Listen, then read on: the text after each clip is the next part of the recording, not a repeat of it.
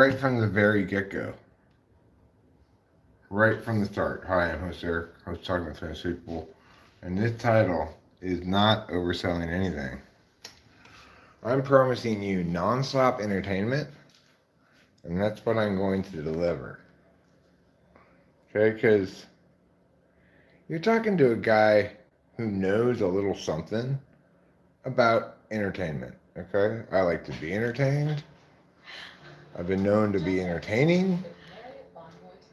Um, I'm working right now on getting you up here on the meow.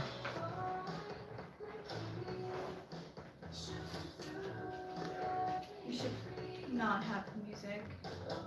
I don't want to have that music, but it's there. There. Nice job. Thanks. Well, I don't know if I'm going to be able to watch this or not. We'll find out. I might have to just look at the chat on the phone. Like, I always. Can you mute it for when it's... Yeah, I could mute it. Let's see. Mute. Okay, now, what I'm going to do is search right here. I'm going to search for talking. This is such a hard thing to type in. Yeah, it is. Can you do this for us? Thanks. I'm going to type it one letter at a time, see?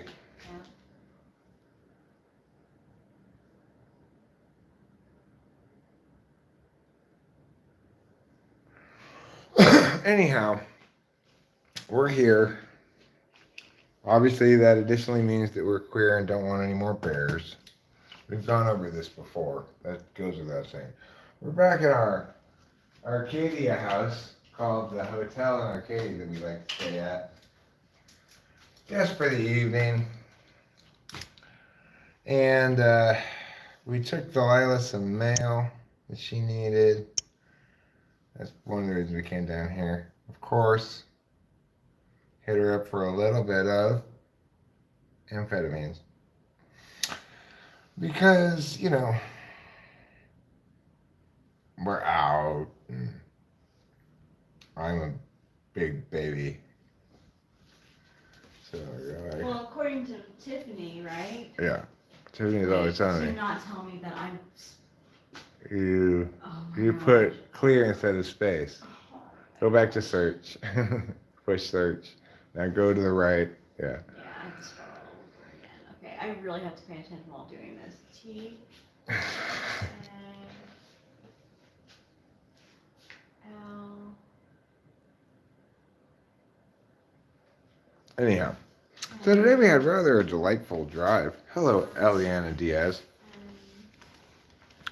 Today we had rather a delightful drive down from Mariposa to Los Angeles. Uncharacteristically delightful. I don't know why exactly. It just went really peacefully. We were listening to a live stream for part of it. It was pretty entertaining. Entertaining enough to occupy our attention for a couple hours, first couple hours of the drive. And then we started listening to some tunage. Had a little stretch of time where we just had the music off, chatting about stuff or whatever.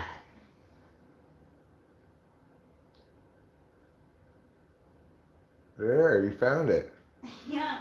What did you just put? Talking with? Talking with famous, then it Oh, went okay. to... Yeah. All of famous? Did you just put in all of famous? I don't know if I had to put it all in the famous. I feel like I didn't have to put all of famous in. There's this... Talking with Fa might get you to talking with famous people. I'm not sure. Fam. Yeah, talking with Fa or talking with fam.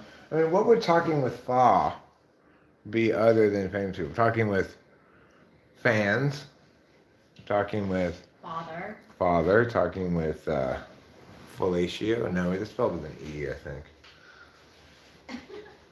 Talking with Fatima. Talking with Fate. Talking with Faith.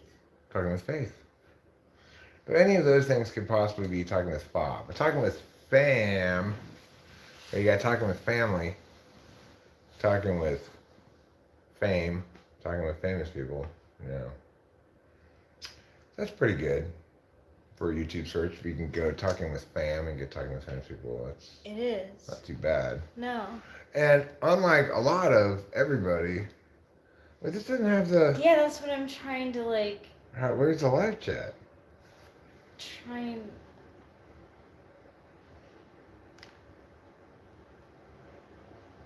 Maybe.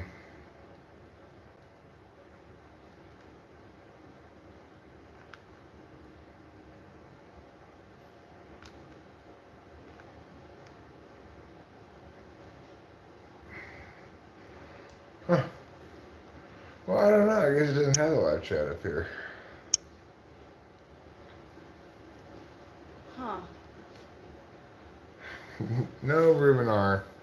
It wasn't mayo that Delilah needed. It was mail.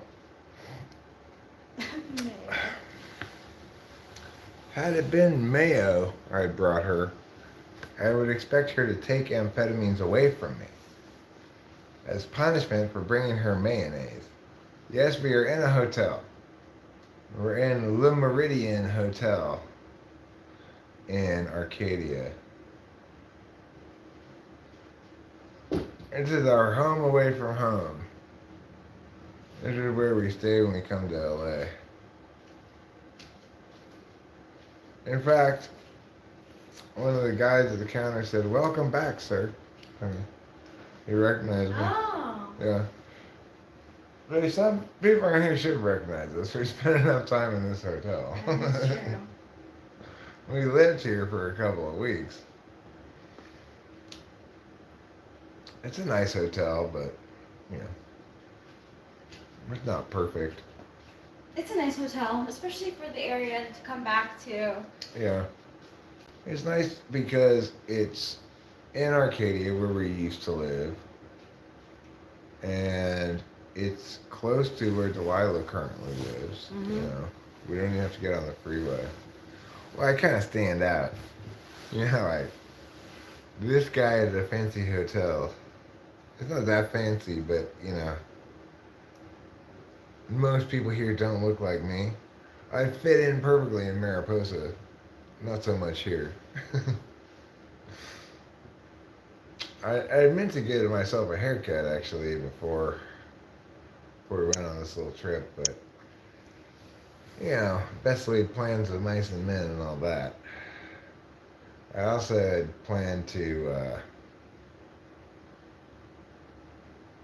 bring in the garbage cans. That was on your list. It's true. And I went up there to bring them in, only to discover they hadn't been picked up yet. So I thought, well, fuck, let me go get a third trash can full of trash ready. I meant to ask about my olanzapine, but I was just like, no, I want to get out of here. Yeah, well, you had enough for a good while longer. We can pick it up some other day. Yeah. We went to the pharmacy today to get Rachel's drugs, and instead of haircuts, lately I've been spraying for hair cutes.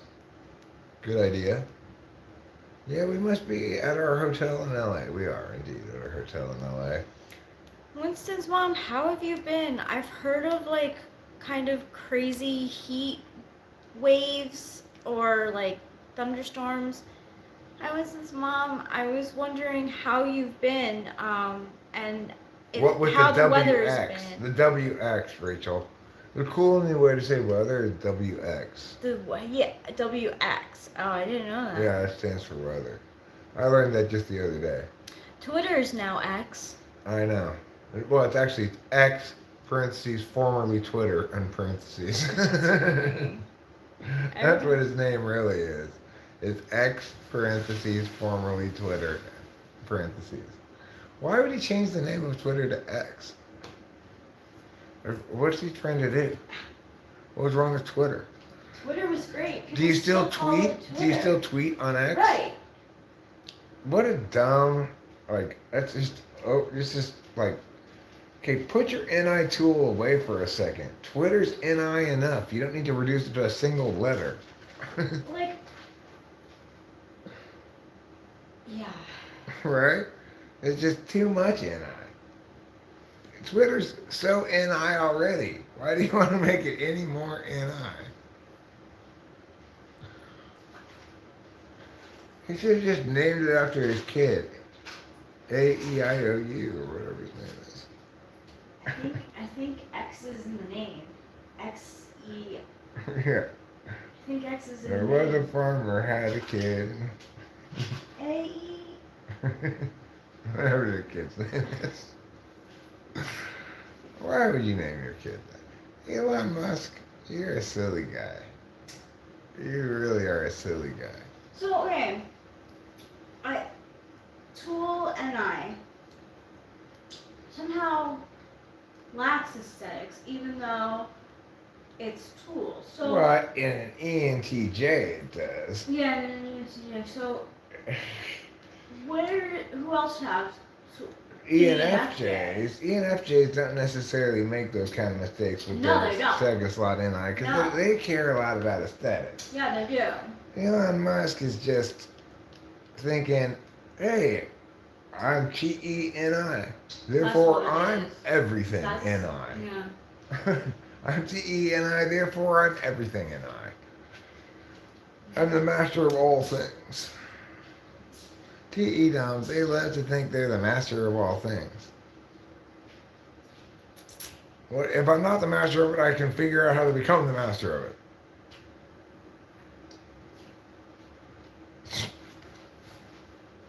I saw some gossip news that said some of Elon's employees are saying he has a drug problem. He doesn't have a drug problem. How do you know? He's got a drug solution. Cocaine? I mean, my point is, just because he does a lot of drugs is not a reason to conclude he's got a drug problem. No, it's not. And the employees are saying he has a drug problem. My initial response is, sounds to me like he's got a drug solution. Oh, I see. I got what you're saying now. I just don't like the idea of just anybody who does a lot of drugs automatically has a Have drug problem. You know? Yeah, because that's how people were labeling me. Right, you were a problem where you were addicted to cannabis, Yeah. right? Oh my God, how horrible! Listen, Rachel, what you need to do is stop smoking weed and start drinking more alcohol. That's the best thing for you. No. I actually had for some reason, while we were on the way down, I was thinking about my relationship with alcohol, and actually, before I was thinking about that, I was thinking about embarrassing moments that have happened in my life, and yeah, one I can think of that happened when I was drinking heavily, and I was like, thank God I do not drink anymore, because it got pretty bad. Like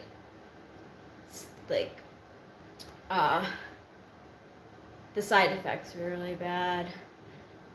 Not good. Alcohol is not famous for causing people to make good decisions. Oh my God, terrible decision. It's such an embarrassing moment. Like, What are you eating? Tic Tac, do you want one? No, thank you. Where'd you get it? In my mom's wedding emergency kit. Oh. Because you never know when you're going to need an emergency wedding Tic Tac? Mm-hmm. Okay, fair enough. Hard to dispute that. You know what? I think that a drug that Elon Musk should take is birth control. He has a lot of kids. Does he? Yeah. Is that what makes it lucky? I mean, is the fact that you have to eat it immediately tied to the fact that it's lucky in some way? In other words, if you don't eat it immediately, does it lose its luckiness? And is that true of every Tic Tac, or only Tic Tacs that you find in your pocket by themselves, isolated from other Tic Tacs?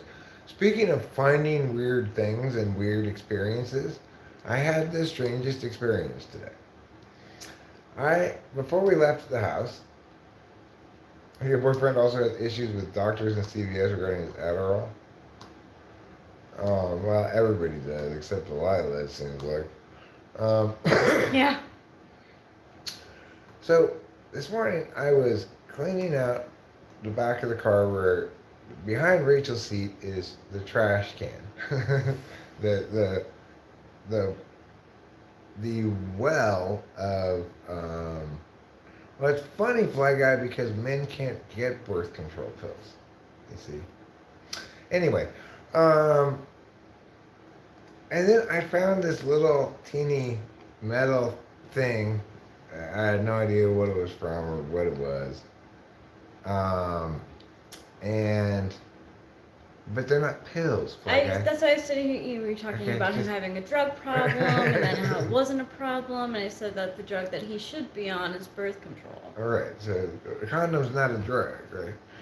Okay. Anyway, Fly Guy, thank you for messing up Rachel's hilarious joke. Now, let me finish my exciting story about the Yes. little thing I found. Yeah, so This little thing, this little serrated metal thing, it looks like this big, and yeah, well, you could take the condom like a pill. Probably would be less effective that way, though. The little metal thing that had a little saw thing on it. I had no idea what it was from, what it was, and I was throwing all trash away. And I picked up this little metal thing, and I was just like, things I should throw away, but that I think are cool, so I'm not gonna throw it away. And I imagine a scenario where I go and talk to Rachel and say, classify this under things I should throw away, but I'm not going to. Because I have no idea what it is, what its possible purpose, where it came from, or anything, just that it's this little metal thing. And then I go in and I put all the mail in a box, and I need some packing tape. So I go to the packing tape drawer, and I get the packing tape out, I pull out a thing of packing tape, and I realize, oh my God, the little metal thing from the packing tape is missing. And guess what? That little metal thing I had found was for that packing tape thing. Crazy. Because it's like, who knows how long ago that little metal thing came off of that packing tape in the back of the car, probably 6 months ago or something. And normally I would have just picked it up and thrown it away, except I was having fun sawing my fingernail with it. And I was like, well, it's a little fingernail saw. I like this little thing. I'm going to keep it. And then it turned out, like, instantly, I found out what it was for, and I needed it. yeah.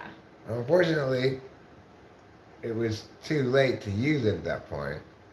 I cut it off some other way, but then, but still, I found that just a really amazing coincidence. Very serendipitous.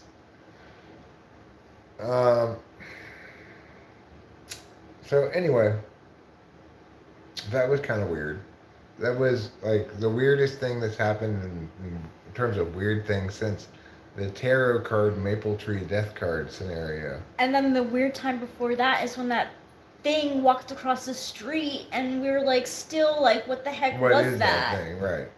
Like some sort of giant sausage-shaped caterpillar thing? Yeah. And then before that, it's like, oh, you've got 9 packages, and 6 of them are bags of weed and a thing of mushrooms. That was, I mean, that's the weirdest thing of all, probably. Right? It is, but I mean, but so is the thing walking across the street. What the heck was that? Right, I have mysterious no. creature. We've seen creatures on television, like. It looks like nothing that we've ever seen before. There's not anything that lives around us. Like, like a giant caterpillar from an alien world or something. Yeah. Yeah, so That was weird, but definitely getting,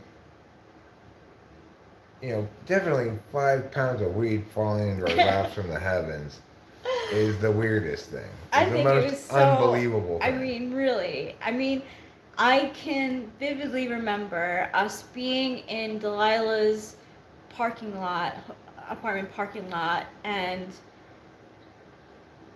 you being like, I hope it's weed. I hope it's And drugs. yeah, I hope it's drugs. And Delilah and us, like, Delilah and I, like, both at the same time being like, no. And sure enough, Mm-hmm. There it was. I was still in denial. When I opened up the first one, I was like, I can't touch this. There's drugs in here. And then I thought to myself, no, it can't be drugs.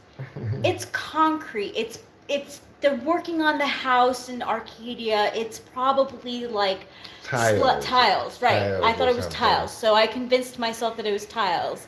I had to open it with you to like discover really what it was. That was a pretty exciting day, huh? Oh my gosh, that was so exciting! I can't. Every time we opened up one of the boxes, our face to each other was. Yeah. It was crazy. Like, there can't possibly be all of this weed here. Sometimes, the universe fucks you in the ass, and sometimes it fucks you properly, I guess. I'd like to say. I'd like to think that we had the world like fucking us in the ass for like a while. And we finally got around to fucking this in the vagina. Yeah. Yeah. Well, it's like Winston's mom, Ruben's mom. I'm not. This is why I combine Ruben and Winston's mom. Winston's mom. You know how the thing at the end of your shoelace is called like a applet or something like that? I didn't know that. That little thing on the end of your shoelace that makes it. Oh yeah. It's called like a applet. I didn't know that. That's not the right aglet. Aglet, I think.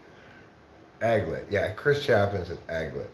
Okay, well, there's got to be a similar kind of word for a little cutter thing that goes on either shipping tape or also on saran wrap. It has a cutter thing too. I think you might call it like a tape saw. A tape saw or a film saw? Yeah. Tape saw or film saw. Yeah, film saw. Film ripper? Film rip. Yeah, film rip. That's a good name. That's a good name for it, yeah. Because you rip off the tape and the saran wrap with it. So one thing that I'm going to do is I'm going to buy Rachel a bottle of perfume coming up pretty soon.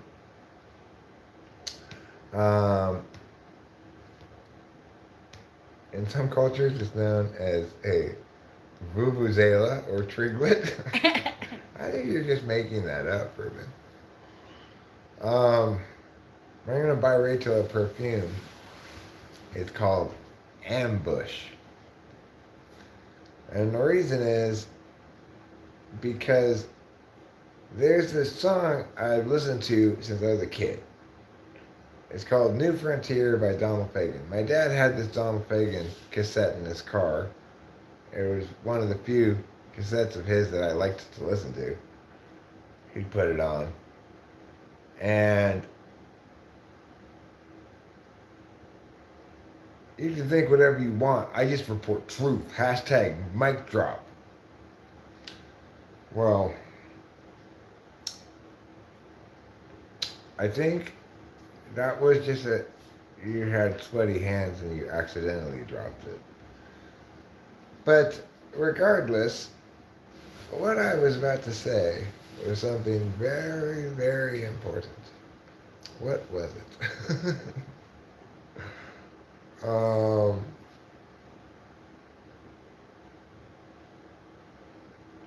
Oh, the ambush. Right. There was a song. I always thought it said, Apple Shadow French Tweed. Wearing apple shadow French tweed. But I didn't know what that meant, right? So we looked up the lyrics today, and it actually says wearing ambush, which is capitalized, and a French twist. And so I hypothesized that ambush might be a perfume. And in fact, it is a perfume. I was right in my hypothesis, and it came out in 1955. Because this album, The Nightfly, is very much about this moment in time. I thought it said apple shadow French tweed. It actually says, it doesn't say wearing apple shadow French tweed, it says wearing ambush and a French twist. But I had always just heard it as apple shadow French tweed. So, but we looked at the lyrics today, it actually says wearing ambush and a French twist. So, ambush came out apparently at the same time that Shalimar came out. Shalimar is the perfume that my grandmother used to wear. And ambush came out in 1955. So, they do still have it, we found out. And I am curious now, having heard about this perfume, not knowing I've been hearing about it my whole life, because always thinking it was some kind of special kind of French cloth, you know?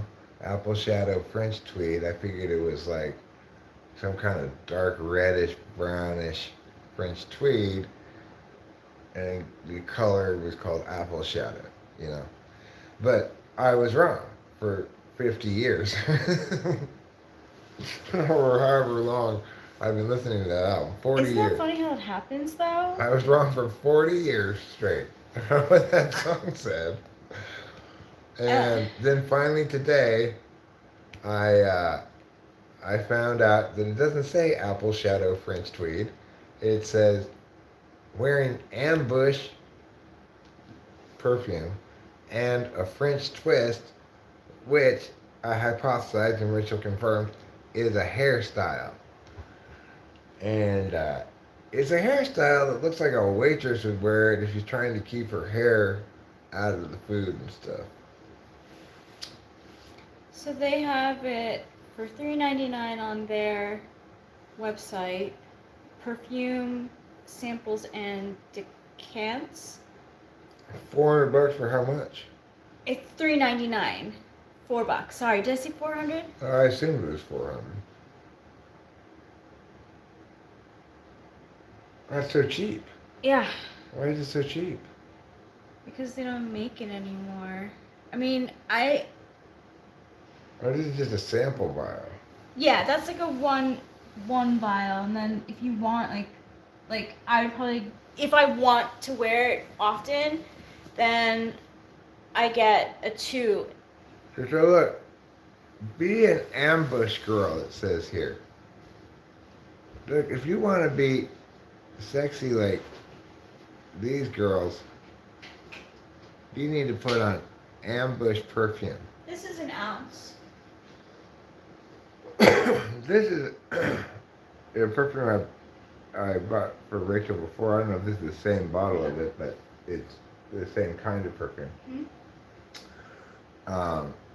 This, though, if you want to be like one of these girls, you got to wear ambush. So they don't make it anymore, huh? No, they discontinued it in the 70s. Really? Yeah. I wonder why.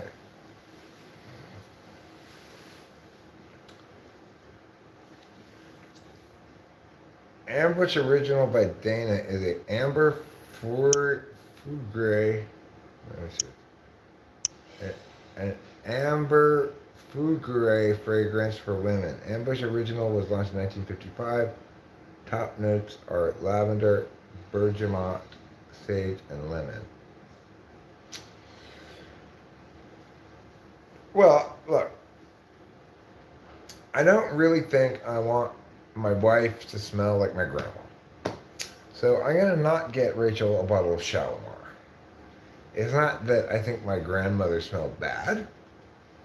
It's just I don't think that's really an SI linkage I want. Oh no. What? They changed the scent of it in 1997. Aww. Why did they do that? I mean, you can still get it on eBay and stuff, but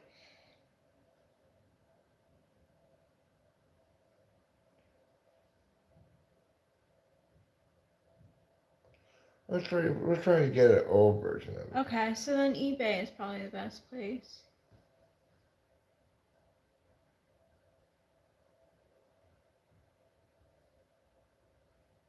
And we'll look for it on eBay.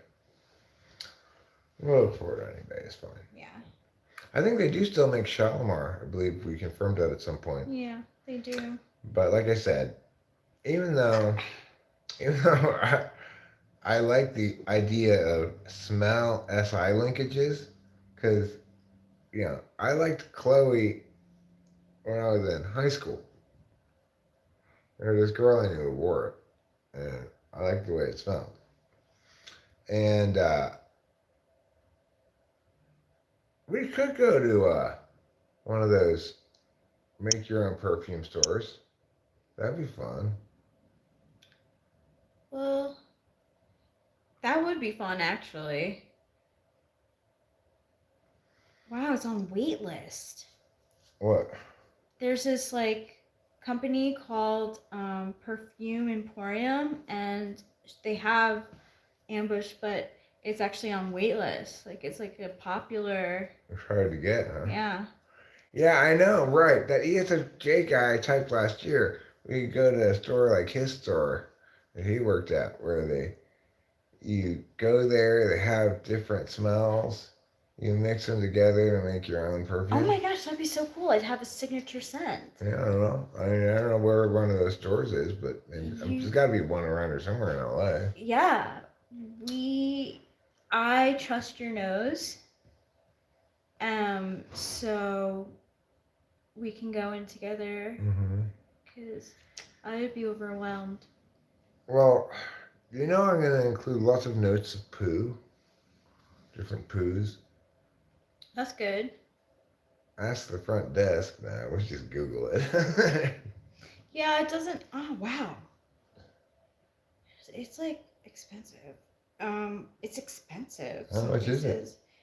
Well, I think this is from like, it's vintage. So I think this bottle that I'm looking at, 2 ounce, is $165. I mean, I guess that's not bad for perfume. That looks like a 1950s bottle. I actually think that's from the 1950s. Yeah, I mean.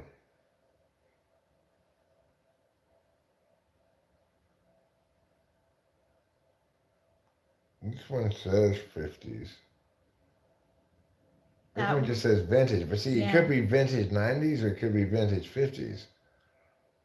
The 90s is old enough ago that they could call that vintage. 123.73. And it's almost full. Yeah.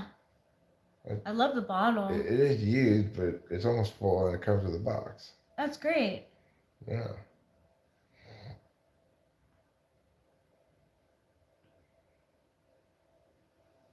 But to go to one of those perfume places would be fun too. That would be fun, right? Yeah. Especially since the desire to get Ambush perfume is based purely on the fact that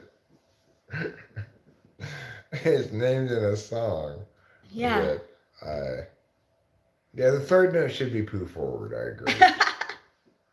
And I like a rich cat feces smell. And cat litter smell. Yeah, cat feces barely covered up by cat litter. And there's some stores, Winston's mom says.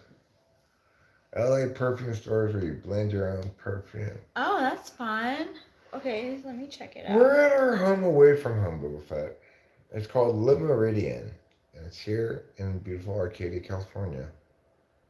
We came down to visit my daughter. We gave her some mail. And,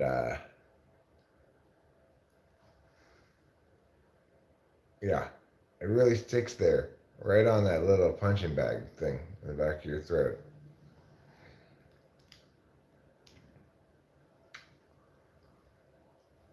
Uvula.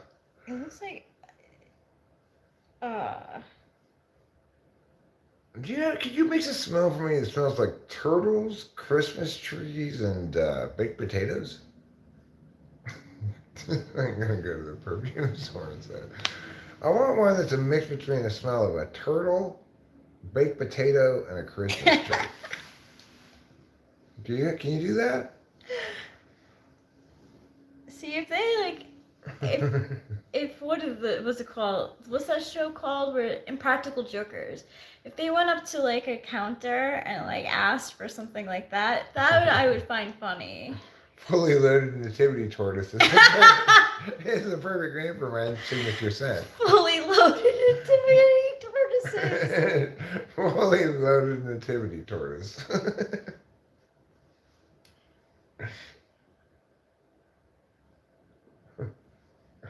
You can really smell the bacon bits. 8385. Yeah, you're getting a wonder point for that, Ruben. You got a wonder point. Today's not Wednesday, so point values are not double. But nevertheless, you should be proud of yourself. You're getting a wonder point.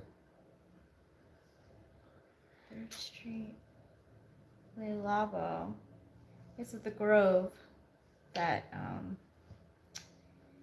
perfume thing. At the Grove. Yeah, it's at the Grove. That's too hard to get to. Yeah, that's like it is. Freaking Oh my driving gosh. to Beverly Hills. Yeah. No, thank you. I have not driven down to like where concerts are. It's like the worst place to go in all of China. I'd say we had a lovely drive into Los Angeles this evening. The moon was coming over the hills as we were passing through Gorman. Pyramid Lake is as full as I've ever seen it. It is full to the brim. The little waves of the lake lap up against the shore onto the trees that are growing right there. I haven't seen it full ever. It is completely full. California is water rich right now. Water rich. So, Rachel and I have a lot of good ideas for various pieces of media making or whatever. And today, we began work on our newest project called Corporation Pause the Musical. It's a musical that's all about the nonsense language of corporations. So, and it's called, actually, it's not called Corporation Pause the Musical. It's called So Excited. And it begins with a bunch of people in corporate outfits on the stage, and the spotlight goes to different ones. And they're all saying this to each other. Oh my God, I am so excited to be here. And then the next person says, it's really, really exciting to see everybody here. And the next person goes, I'm just so excited. And they all are saying this. And then they break into a song about how excitement is the only safe emotion for them to have. You know? Yeah, it's a corporate musical. Yeah. What's it called again? And it's called So Excited! So Excited. Then there's going to be a song about leaning in. You know, it's really important that we're leaning in to synergy here. I am so excited to be here in this room of people, let's just say of rock stars, okay? Because what I see here is people who are leaning in to our vision as a team and making things happen. That's how corporate people say nothing. Are slideshows still a thing? I mean, of course. Slideshows remain the single most popular form of media in the world.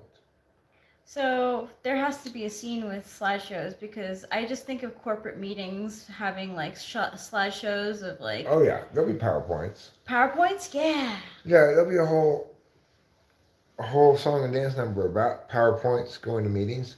Then there's going to be, I got some feedback for you. Performance reviews. Corey came up with that, right? Yeah, that's Corey's one. Well, that's part. At least he can't. He's responsible for the talking part of it. I think I played maybe some of the music in the background. I don't know where the music in the background came from, but it was something he and I did together. But he was doing the rapping part of it, and he said he, he was being Don Nuts. I thought so. Yeah. I'm Don Nuts. I got some feedback for you. Performance reviews.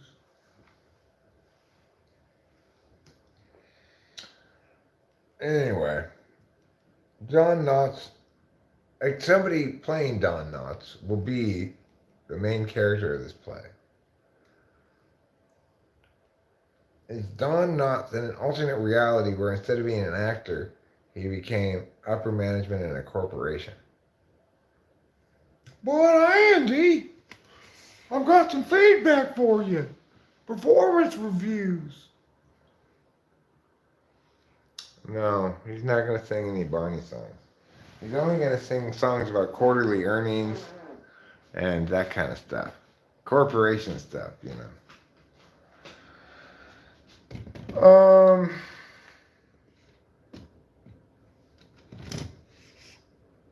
What I want to do is synergize so that we can dovetail into leaning in to this really proactive and outcome-oriented corporate culture, if that's okay with everybody. Would you guys like to go smoke? Would you? Would you? Do you have a joint with us? Yeah, I have it in my bag. Okay, good. Well, let's go smoke a joint. Well, let's go. Let's go. I'm gonna take a poo. You're gonna take a poo. You take a poo. That's fine. We'll wait. We'll wait for you if you're done pooing. And then what we're gonna do, I'm gonna give you all a heads up on what to expect so you're not surprised by it.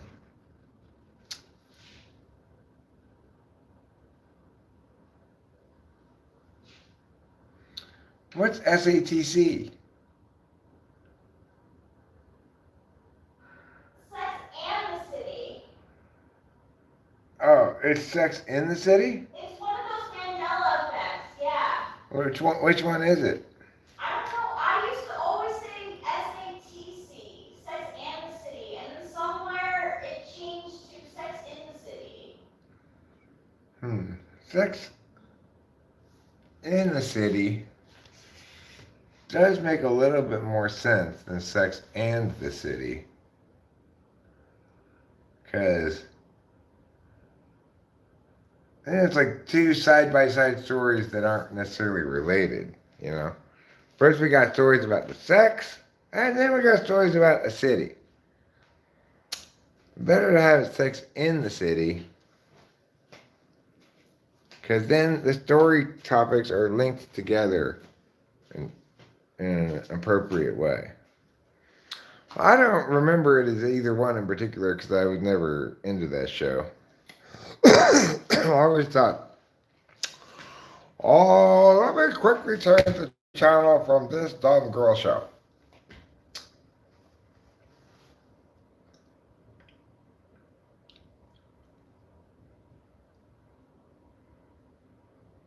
Although I haven't watched enough episodes of it to know about one episode that I didn't like.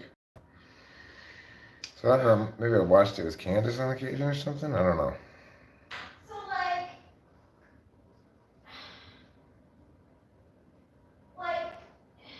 Asta Fasta points out something pretty important, Rachel. It might be Sex or the City. oh. So if you don't have sex, then you can have the city? Right.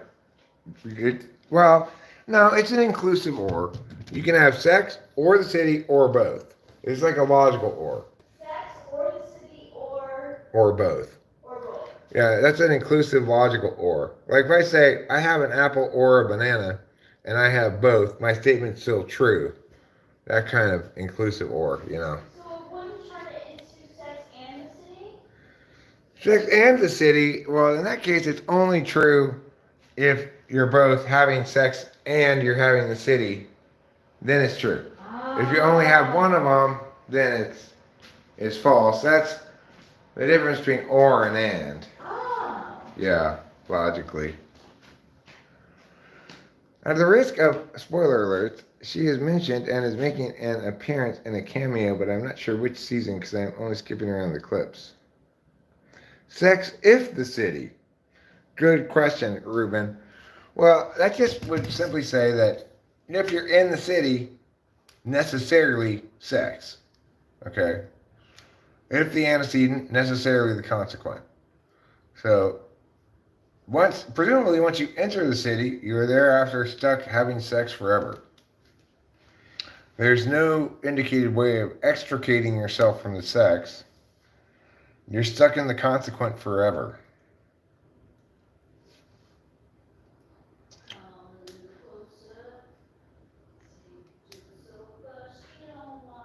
She don't want my love.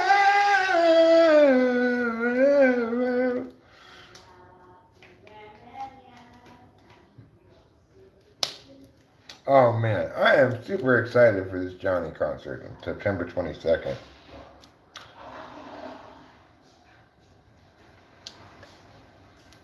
You can escape during the refractory period. It's good to know. I didn't even know there was a refractory period. I don't even know what that is.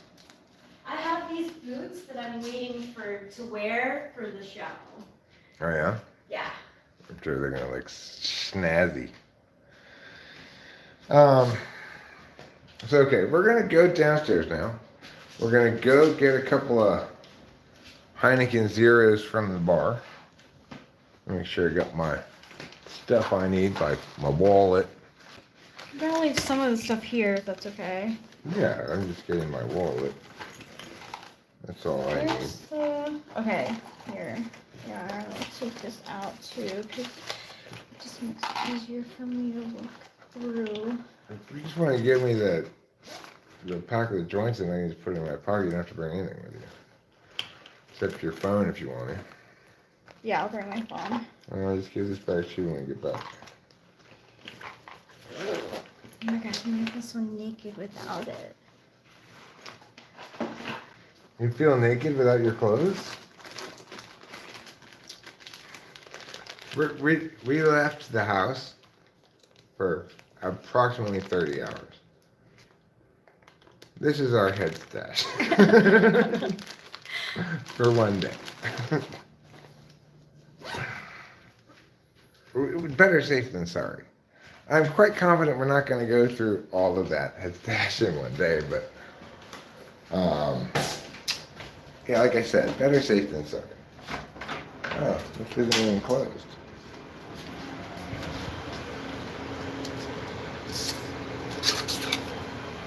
These signs.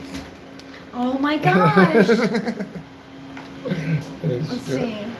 These signs.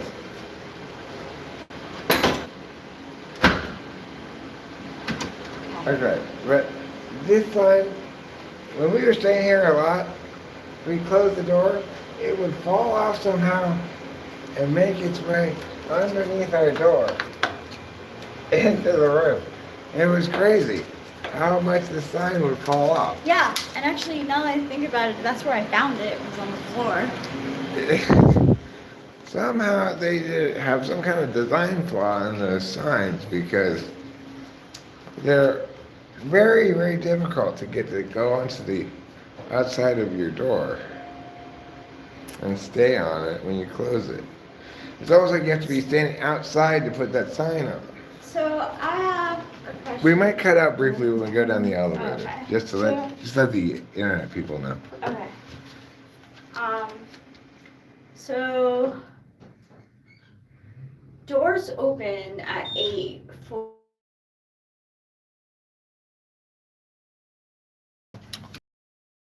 9. okay.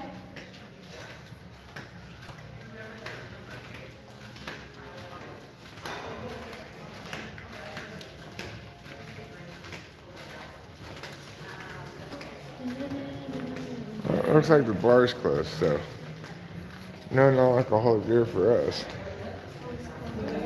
Oh, is it closed? Guess so. It looks like it's closed. Okay. Okay, gotcha. Are you closed? I did last call. Our we could do a last round if you like. Our kitchen just closed. Oh, okay. Well, we just want to get a couple of non-alcoholic Heinekens. Let me see if I have any.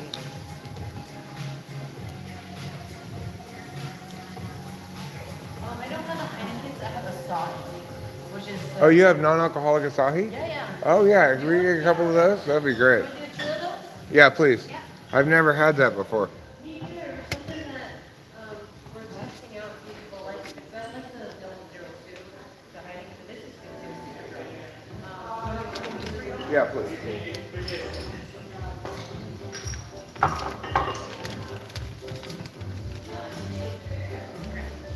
Don't bother. Yeah. Thank you. Let me know if you guys like that. We will. Yeah, we will. Wow. Okay, this is exciting. Get to try a new non-alcoholic beer. Asahi. I didn't know they made a non-alcoholic beer. And it's also 0%. Yeah, it's 0-0. I mean, I don't care either way. Like, if it's less than 0.5 or if it's Oh, yeah. 0, it doesn't make any difference to me. Are these doors locked? It appears so. Okay, well, I guess we gotta go out this other way. I guess you can't go out those doors.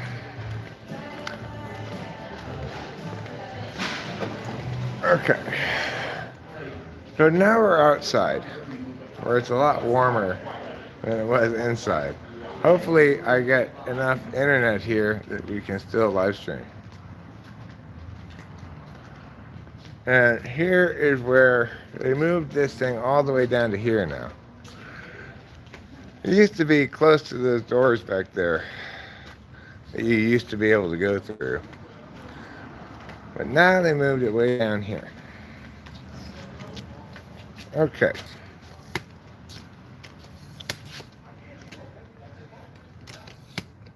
So now that we're in the smoking section,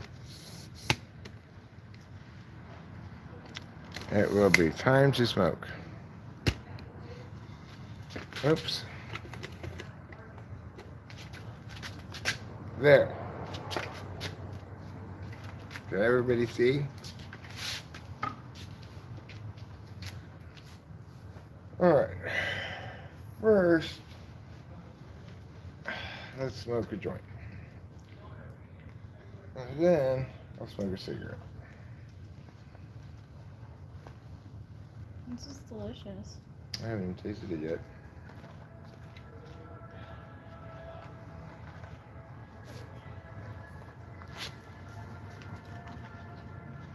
Wow. I think I rolled like 10 joints before we left this morning. We're down to 2. No way. Yeah. But, you know, that's just Eric and Rachel. Being Eric and Rachel.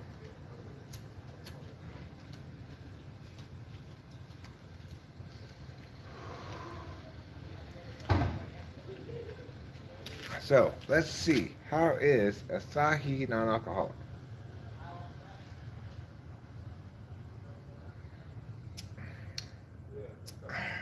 Fantastic. Yeah. Just like Asahi.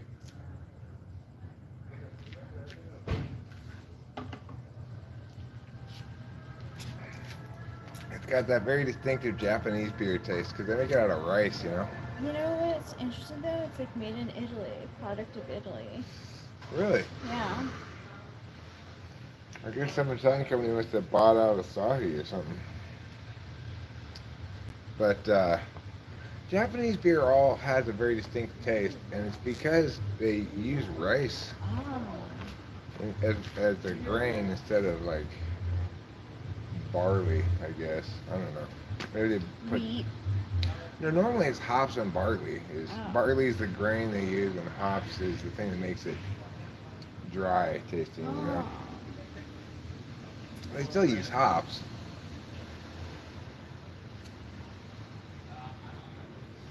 Want to hit this? Yeah, I do. But let's see. Drinking this makes me want to eat sushi. You like sushi? not especially, but this triggers sushi associations. When do you drink Asahi? When you go get sushi. Sushi. Sapporo is what I usually would drink. Either one. My habit with Japanese restaurants when I used to drink alcohol was whichever they had the big one. Mm-hmm. You know, I want the big one. If they got the big Asahi, I'll have the Asahi. If they got the big Sapporo, I'll have the Sapporo. They don't give me that little wimpy one. Go ahead.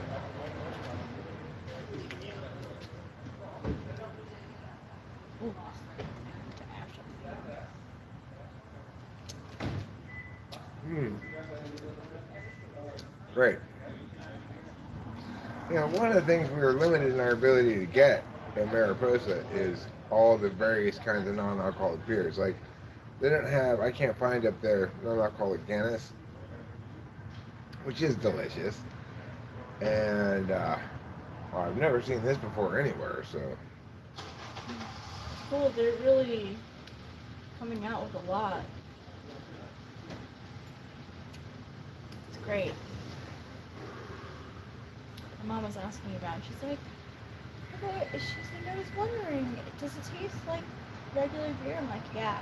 It's crazy like regular beer. I told her about how it tastes so much like regular beer that when I started drinking it, I had, I think, actual psychosomatic reactions to it because my brain was thinking that I was drinking alcoholic beer. Cause Well, and some of the effects of drinking beer with alcohol in it stem from just getting like full of beer, you know. You get this kind of bloated-y feeling. You get that regardless of whether there's alcohol in it. I guess I left my glasses upstairs. No, wait, they're in my pocket. Here they are.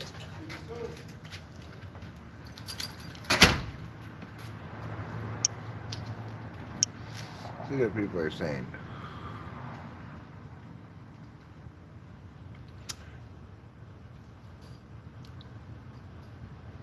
Yeah, Yakitori Grill. Sure, that'd be a good place to drink Asahi as well. Boba Fett has the gall to say Polar Schmoller. I don't know what he's thinking.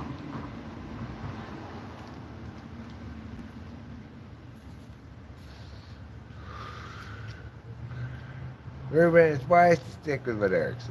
I feel like Ruben R is such a good example of an ENFJ.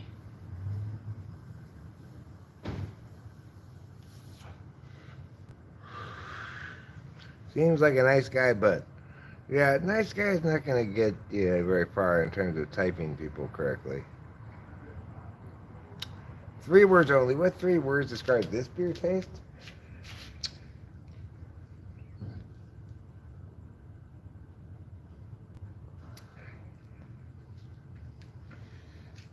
It's like fizzy, thin Japanese beer, you know? Fizzy, Like thin rice. Japanese.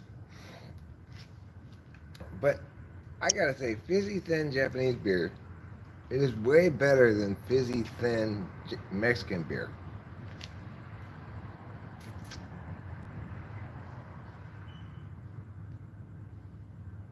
Fizzy, thin. You know, Asahi's not a thick beer at all. It's like, it's thin.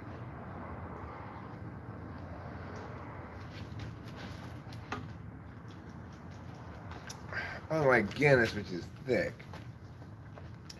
Mm-hmm. Guinness is kind of the Which ultimate thick tastes beer. so much like the real. Yeah, it's a. Well, Guinness is it considered a stout? You know, I don't. Well, yeah, Guinness Stout is called Guinness Stout, but Guinness is like its own thing, I thought so. in my opinion. There's no other beer like Guinness. Guinness is Guinness, and nothing else tastes like Guinness, and that's all there is to it. Non-alcoholic Guinness tastes like Guinness. Yeah, well, I mean, that's Guinness, but obviously, if I were somebody who could be self-disciplined about alcohol or something, then Probably Guinness with alcohol in it would taste a little bit better or something. But it's, it, once you, the thing about alcohol is it's only appealing until everybody else has had their first drink.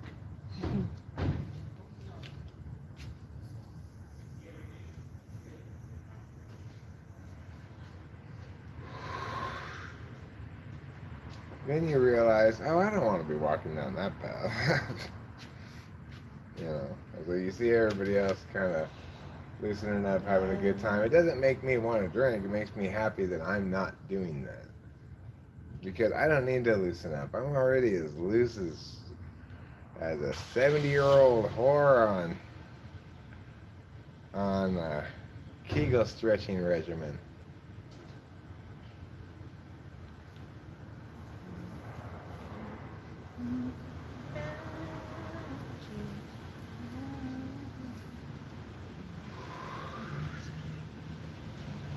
Hey, I wanna live in your goddamn veins, if that's okay.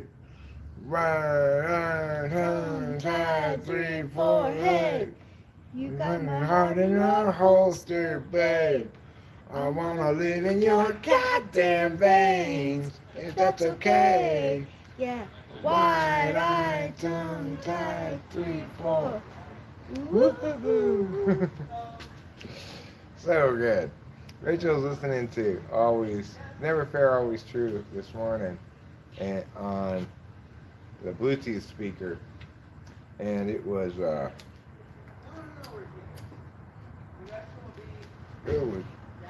just, I had to mute the anime I was watching because I wanted to listen to the music from upstairs. I'm glad, because I kind of did put it on loud so that both of us were hearing it, but then I was like, oh man, maybe he doesn't want to listen to it, and I'm making it obnoxiously loud for him. I was just thinking, I was going to put this on right when we got in the car. Now I'm going to have to wait a little while. But I also thought, I want to listen to it now too. So I was happy you had it on. Okay, good.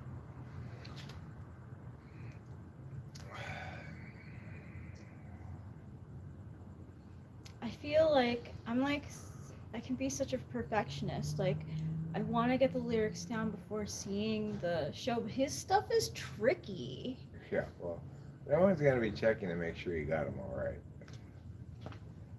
That's true. Except for myself. But, You got to develop the meow habit. When in doubt, you just put in meow. Meow. Meow, meow, meow, meow, meow, meow, meow, meow. Meow, meow, meow, meow, meow, meow, meow, meow. Meow, meow, meow, meow. Wide-eyed, tongue-tied, please, yeah.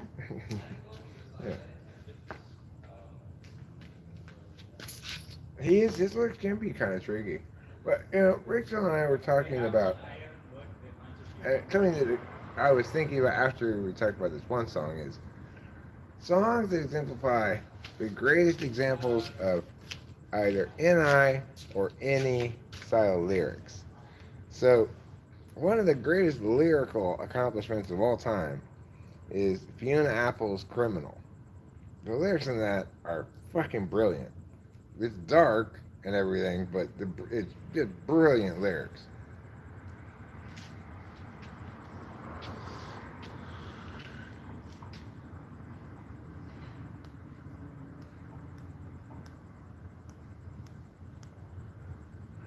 That's much more consistent. Your answer is much more consistent with SE third than sixth.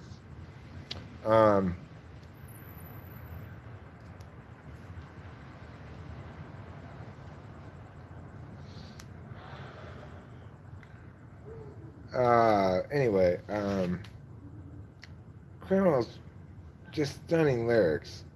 You can point to specific lines that are especially brilliant, like "What would an angel say the devil wants to know" is a stunning line.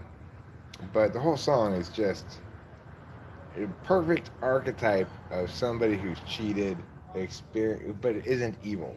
You know, somebody who's cheated but isn't evil. Well, like she kind of thinks herself as evil though because That's why she did she's call not. herself That's the why devil. she's not evil. Mm. Because she says, you know, don't tell me to deny it. I I I gotta I need to suffer for for my my sins. I gotta be redeemed to the one I've sinned against because he's the only thing I've ever known of love. You know, so she's not evil No, she's not. because she's trying to be accountable, but it's too late. It's too late to be accountable once you make that mistake.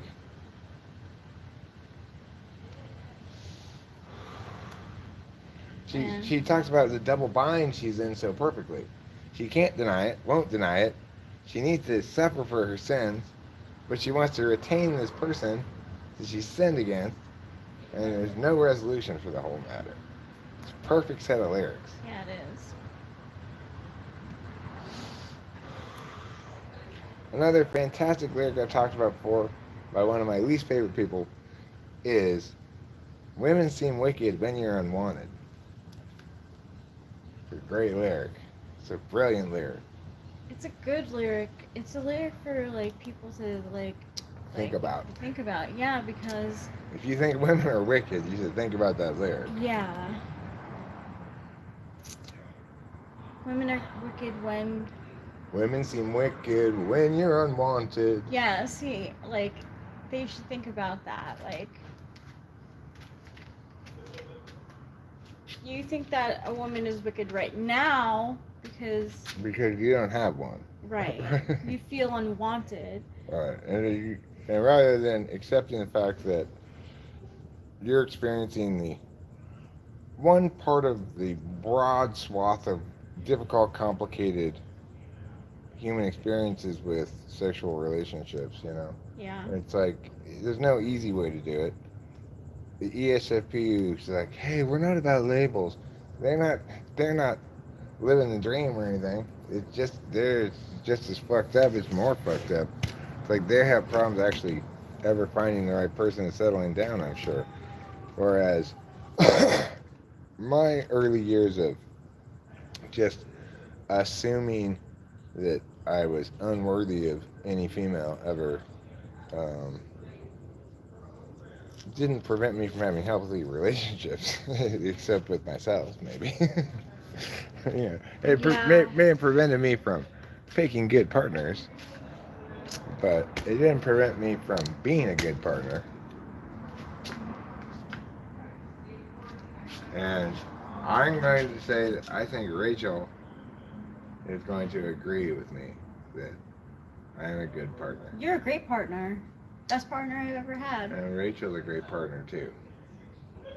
But we were both great partners, I bet, before we got with each other.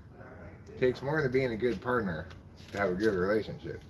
Well, I had a lot of crappy ones, so like, you know, when you I don't know. When you're a good partner and they're a bad partner, you're in for some shit. Yeah, you are. Because you're trying to be a good partner, but they are not, and you're fucked.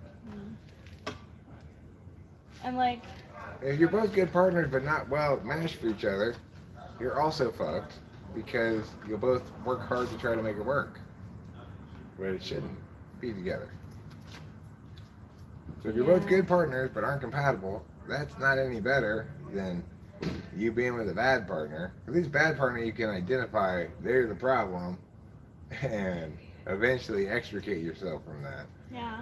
If you're with somebody who's trying to be a good partner and you're trying to be a good partner, but you just aren't compatible, that's a nightmare. Because if you know, the less conscious your NI, the longer you're going to persist in that dumpster fire.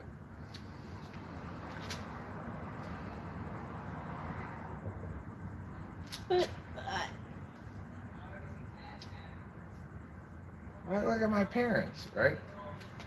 They weren't really very compatible, except that they were both good partners and wanted to be good partners. yeah, they were committed to And that. they were both had the same concept of a good long-term relationship. Mhm. But my dad's a TE doll, my mom was TE polar, you know? Well, that was supervisor relationship, Yeah. and I saw it. I didn't know your parents before, but I could see it, how he took the supervisor role over her, because especially when she went to the home, he made sure that she had like all the supplies, like Yeah, he took the lead in that relationship Yeah. the whole time. Anyway. But I think it's extremely difficult when you're two people who are good for each other but not compatible and can't see reasons why to end it. I mean, Yeah, well, it's like that's that. That's like sometimes it takes absolutely no intuition to get out of that. Right, so you have a gorgeous summer vibe going on with your page boy hairstyle and summer halter top. That is not a halter top. You look ready to Cabana Boy a non-alcoholic host Eric Teeny. Thanks, Mrs. Mom. I appreciate that.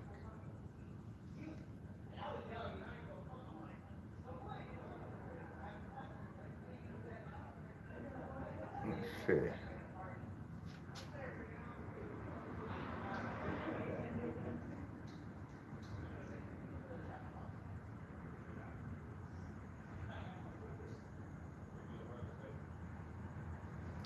Hi, Lou.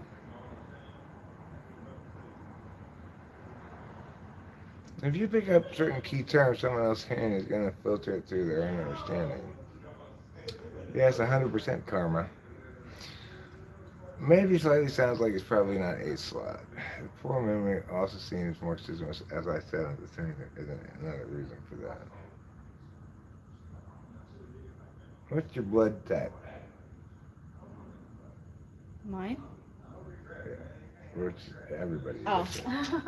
I don't know what mine is. I think it's O. Mine's O. I don't know.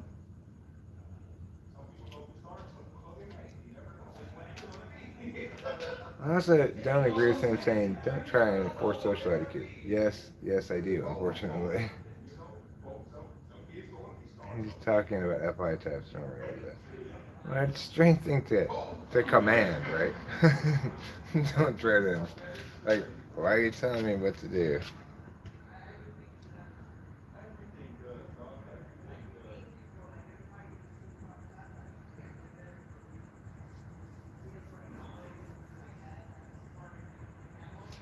Ruben you should ask what is it? Chat CPT what an inverted X looks like.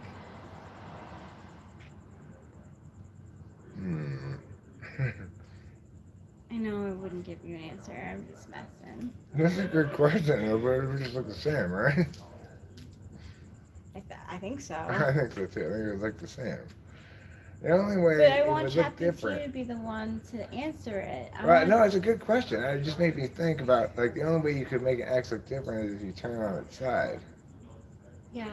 If you turn it If you around, take- it looks the same. so- If you flip it up and down, it looks the same. The only way you can make it look different is to turn it on its side.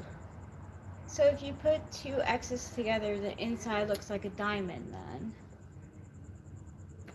That's true. Right, so you put one on top of each other. Or on top And of the on other. top of each other, that would make a diamond as well too. Or how would it make, what is the other way you're imagining it making a diamond? So, like, X Uh-huh. next to X. Or side by side. Side by Is it two- side, Oh, okay. yeah. Yeah, that makes a diamond too. Yeah, you're right. I hadn't thought about that. Well, you and I were envisioning different diamonds. But they were both there. Yeah. Mine were stacked on top of each other. Yours were side by side. Mm-hmm. We were both right. This is one of those rare We were. situations where we were both right.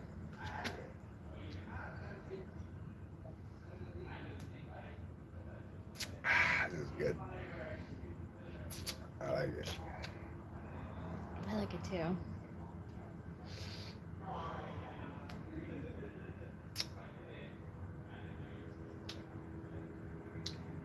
I like this trip to LA. I'm enjoying every bit of it so far. Yeah, me too. And it's like what's so funny? Like, I packed the dress that Chow Pa, I want to say it right, but I can't. Like when I go fast, I always say. Chowaw's fine. They don't care. Okay. They're surprised we stopped calling them Jeffrey's mom and Jeffrey's dad. I got the dress that Chawa and Hui got for me from the registry. Oh, I we brought got it you a with present. it. Yeah. She brought it with her. We talked to them on the phone today on the way down. I called. And we're having lunch with them tomorrow. Yeah, Well, isn't that serendipitous as well? that is. Not only did I find that little thing, they went to that other thing, but Rachel brought the dress they bought her to wear to lunch, to go to lunch with them tomorrow. Or someplace on Wow, Lake that's- Avenue. What a serendipitous day. This, what has been happening to us since the beginning of the day, is more serendipitous than the movie Serendipity. I've never seen that movie. Mm. Now, isn't that serendipitous? It is. So yeah, it's like, at the end of this trip today, normally when we get done driving 6 hours or whatever, and it was an unusually long trip actually, normally I'm exhausted, tired, feeling fussy or whatever. This trip, I just arrived here feeling fresh as a daisy. I felt like I got more fresh as the trip went along. At no point did I get this like stiffness in my shoulder that I sometimes get. It was just so chill. Now, it may have something to do with the fact that I took Capricorn before we left. But I don't think it has that much to do with it. I can't really tell I'm even on it, really, you know. I was thinking you're such a horse. Like, It doesn't do anything to me, like really. yeah, it really doesn't. I could not drive on Klonopin. It makes me sleepy. It doesn't make me sleepy. It's weird. Our body chemistry is different. Like, you've always said it. I'm You're a serotonin serotonin type, I'm a and dopamine yeah, type. yeah. But you know what? We both like drugs. I just You like my drugs, I like your drugs. yeah. We both like Yeah. them. I don't even like the benzos. It's just I can tell they like take an edge off or something. That's nice. That's what it's also supposed to do. It's given to people who have anxiety. That's why you have to be careful with the depression, because it doesn't take away depression. That's why I'm also taking the Zyprexa pills. So, Well, I get what generalized anxiety disorder is, because I sometimes feel what can only be deemed generalized anxiety. I was feeling it, in fact, this morning when I got up first before I went back to bed. This general sense of dread is not about anything in particular, but just about all these kind of vague possibilities that might be problems or things. sure. Or not even anything specific at all. Just like, oh God, something. I don't know what, but something. Oh shit. Oh fuck. What are you freaking out about, Eric? So, I'm not done with mine. I can bring it up. Yeah, bring it home, bring it. Yeah. I just drink a little faster than you, that's all.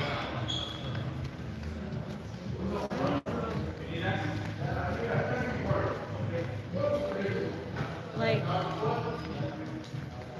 I was known for nursing my beers back in the day. I was not. Didn't mean that I didn't have a lot. I definitely had, but like, I don't know. I definitely did nurse my beers. I was known for getting drunk and passing out before the party started. Oh man, I feel bad about that. Yeah. Pre-game went straight to overtime.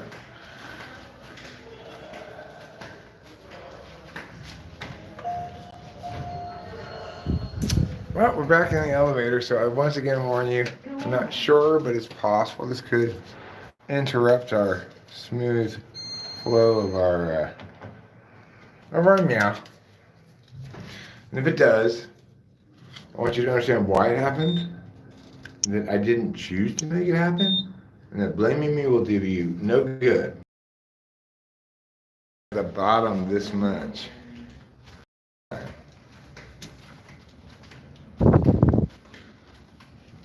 Leave no ass of the beer. The ass. Oh my god. Ugh. That's a term I got from Richard. See, as soon as I opened this door, this thing started flying out. Mhm. Now, we're going to close the door. Then we're going to open it and see if it's still on the door. Okay, let's see. Ready?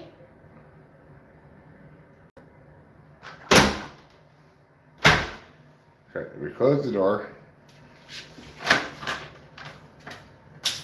There it goes. Right onto the floor.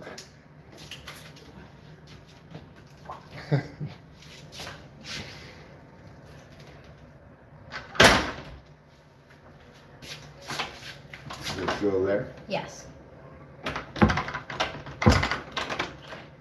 We don't like a broken door. Yeah, we do. There. I'm there. There. Hey, look, we're on TV.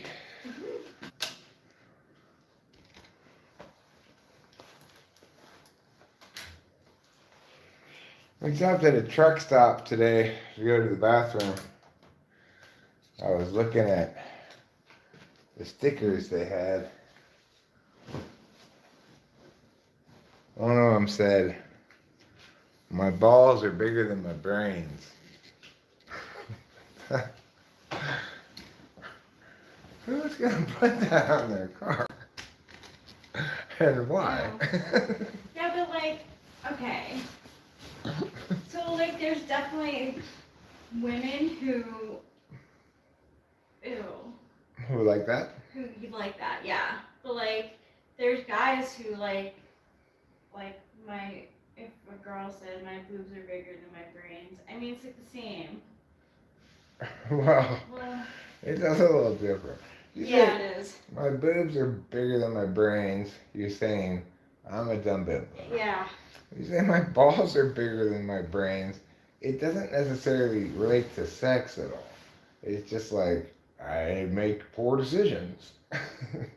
I'm likely to road rage on you, or something like that. You know. That would be good. That's how I would interpret it. Yeah. I guess it's good warning. Like, don't fuck with me. I'm not smart enough to prevent myself from doing bad things.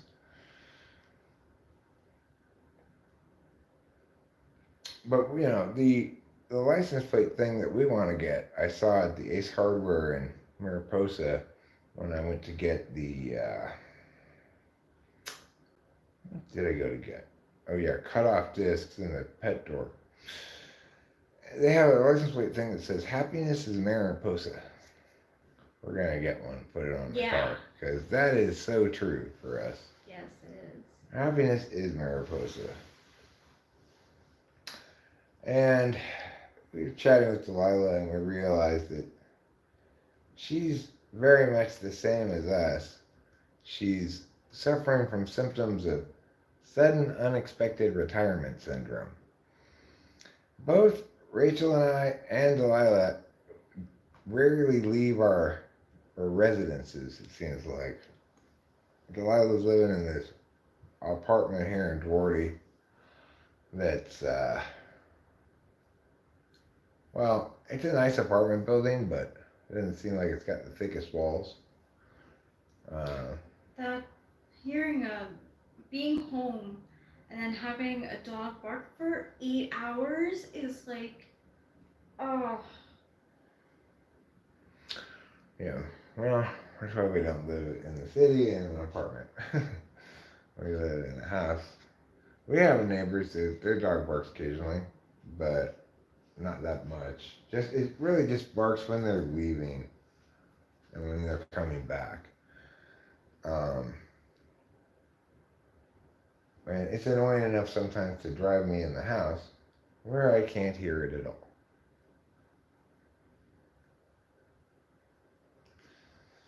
So, it's a question you just don't ask yourself. What are you going to do if you suddenly find yourself retired?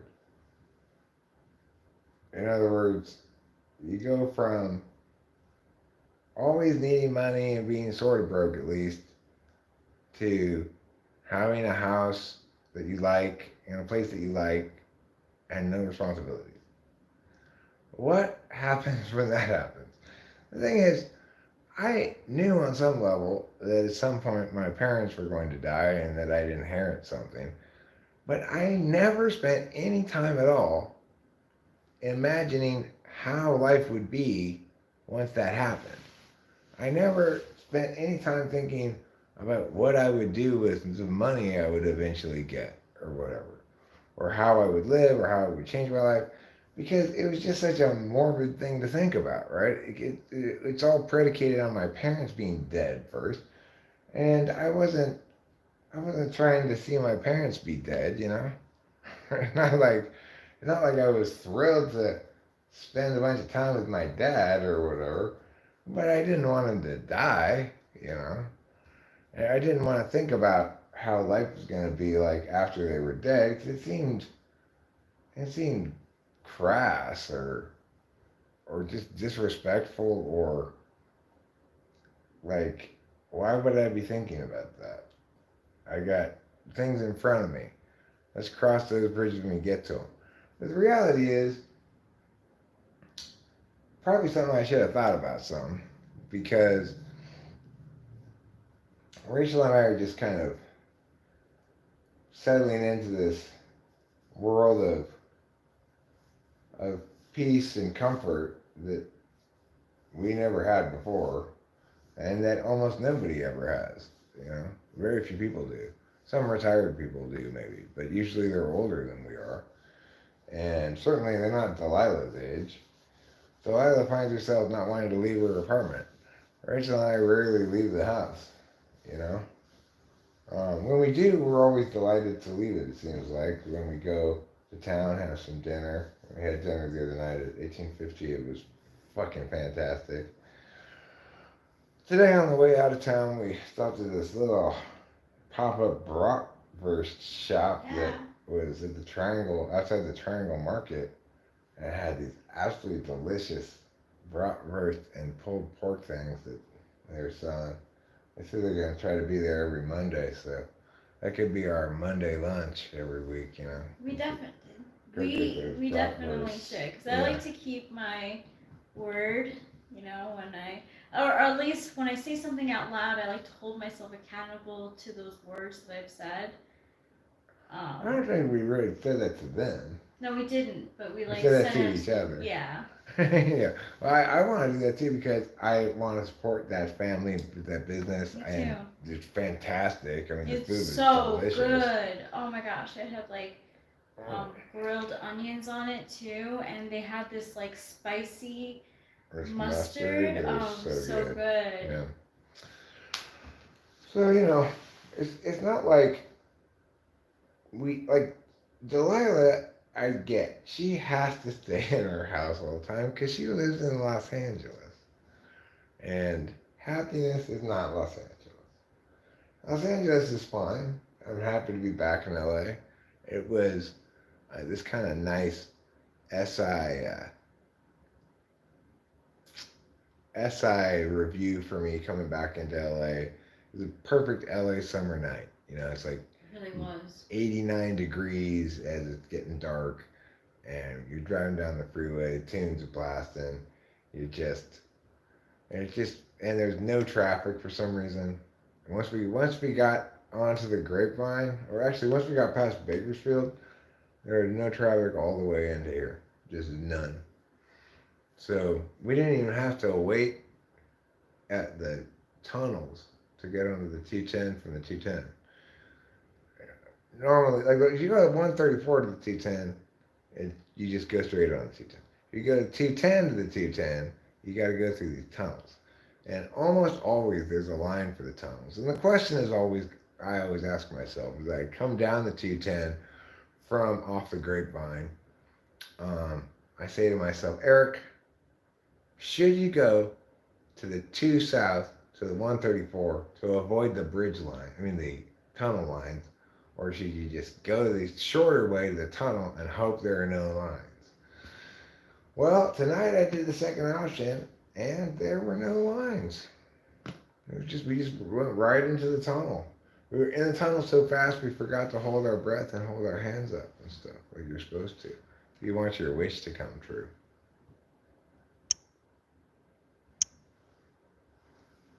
Where are my glasses?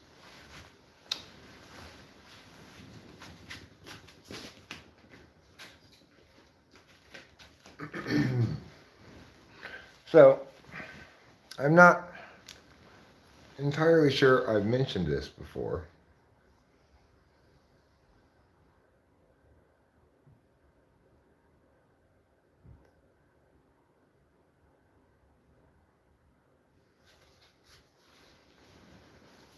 The Tommy slippers.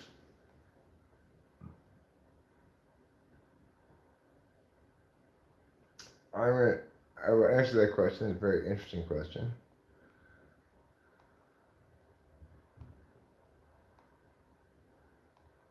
Anyway, these are Tommy slippers. One thing that's interesting about them, they're flip-flops, but they have no left or right. They're both the same. So, the ones that I ordered you, from Etsy are coming in. Oh, cool. Yeah, so, Are they different? yeah, they are.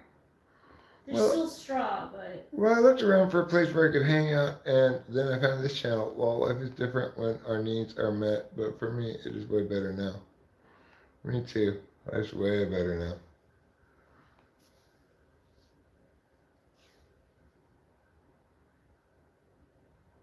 Dolly. If reading is correct, that the first half of life should be devoted to developing a healthy ego, and the second half should be spent in letting go of our healthy egos, then you two are Rahu and Ketu, which is perfect yin and yang, chaos and order, logos and eros. Like, for example, if someone jokes about killing themselves, does it bother you more than before? No, it doesn't. But I think that might have something to do with the fact that my father's suicide was not in any meaningful sense a suicide. It was a chosen end to life that was in keeping with what he wanted, his values, what he had expressed for many years, etc. It was not. It had none of the hallmarks of an actual suicide in that it wasn't about unhappiness. It was about self-determination, end of life stuff. I do have one cat ear. It's its mom. So, wait, that was a joke, right? Fly Guy, you think Flow State is becoming a black supremacist? That Even if it's not, Rachel, it's hilarious. that is hilarious. That's why I think it's a joke. It definitely is. Wait, but black supremacy means a racial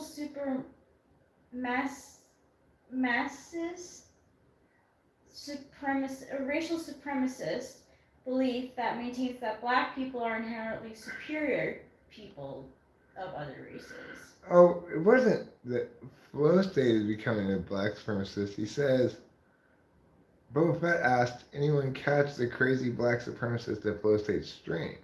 Oh. But black supremacist is saying that, That black people are the best. yeah. Yeah. Does Flow State think that? No. Oh, I didn't think so. No. I mean, like, apparently cartoons. he had somebody on his channel who maybe was advocating that stuff. I see. But, now I get it. I'm caught up. I get it. I was very confused there, and like I didn't mean to like kill the joke if it was a joke. That's fine. I should see his live streams lately. Well, I haven't seen. You might as well just say you should see his live streams at all. I don't think I've ever watched his channel. It's not because I dislike it. It's just because I don't really watch any YouTube channels. How did we two meet? She was a famous person who participated in live streams, left comments and stuff. And then she hired me to type her. during the time period when I was single and looking for a woman. And during that typing session, she conveyed to me that she was older than she looked. Because I knew I wasn't going to go out with anybody younger than 30. She was 34 at the time. And I was like, huh? Oh, you're 34, huh? Okay, well, let me see how I can figure out how to smooth her a little bit. So then there was a live stream later, and she was there, and I said, oh, hey, could you read my tarot for me? Because I had heard in the typing session that she was into tarot. And she's like, yeah, okay. And then that's how we started talking. What's the age difference? 13 or 14 years, depending on the time of year. She was born in 85. I was born in 71. She's 38 now. I'm 52. I look a little older than 52. She looks younger than 38. Yeah, I'm not. So, yeah. Noise is right. I'm a very lucky man. I feel like a very lucky lady, though. Because. Part of why I'm such a lucky man.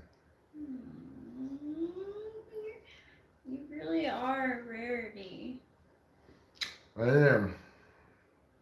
I'm the only 14-year-old man who's lived for 52 years. Oh. It's taken me 52 years to get to age 14. Well, that's when your prefrontal cortex stopped developing. Yeah, my daughter told me that this morning. She thinks that my frontal lobe never finished developing because I did drugs to you. It's funny that she says that though, because when I would go to camp at Mercy Medical, the counselors would tell us that our brain stopped developing at the age that we started taking drugs. What about alcohol? It included alcohol. So does this counselor's brain stop developing at 16? That's a good fucking point. The thing is, this whole executive function disorder is just pathologizing SE problems. The fact that NTPs especially, but low SE people tend to maybe do a little bit more drugs. They go, well, therefore, blah, blah, blah, blah. It's not because my frontal lobe's not finished developing. It's because they're idiotically projecting their frames of reference onto me. In a total lack of knowledge. I was put in such a shitty position. There was like one of my oldest friends got a job there at Mercy. Oh my god. Yup. And she fucking smokes weed every day. And knowing that, and then having to go there every day for exactly that made me so pissed. I was like, so pissed. I was like, fuck this place. You guys are hypocrites. You don't even fucking know it. Like. Well, you won. Yeah, I did. Big time. Thank you very much for that. Oh, thank you. That was, if anybody needed a hammer of justice brought down on their fucking heads, that place did. You definitely delivered it. Those horrible scumbags. Anyway. Yeah, anyway. Yeah, show media, exactly. He was like, on guard. And poked them with. Thanks, a job I'm lover. Yeah, thanks. A job I'm lover? A job I am lover. A Joe Bean lover? I'm a lover for jobs. Oh. Antonius Carlos Jobim, the great musician. Oh, I see. You're a fan of a certain musician named a Jobim. Ah. I see. Okay. Yeah, now I get it. That makes too. sense. Sure. Okay. I'm not sure who Antonio Carlos Jobim is, but now that you've explained it, your name makes perfectly good sense. Um,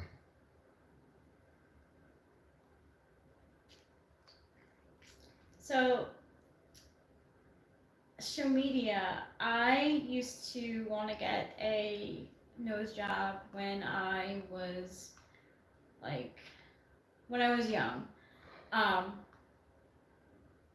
but I saw MTV's real life. I get plastic surgery, and it showed like what happens during a rhinoplasty. And I was like, "Fuck that shit!" Like, luckily, like my nose just grew first out of my face, and then my face like developed around it. But I wanted to get a nose job for a while, but that's because I assumed the job was snorting drugs.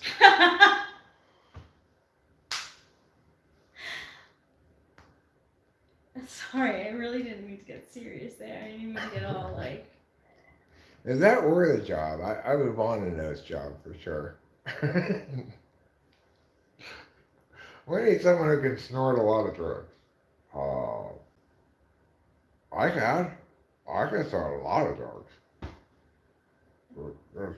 You're gonna give them to me, I'll snort them.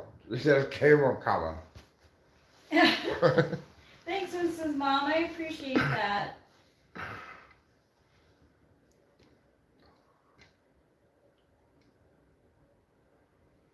You got the scrotox?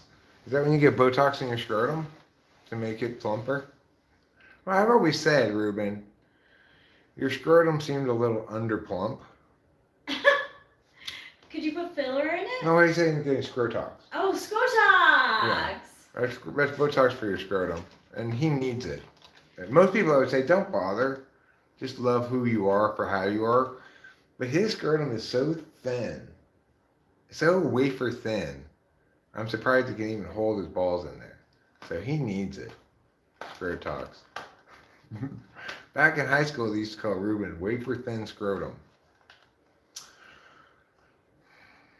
It's funny, like, it's kind of just coming out now that, like, Botox is really, like, not good for you. Because it atrophies the muscles that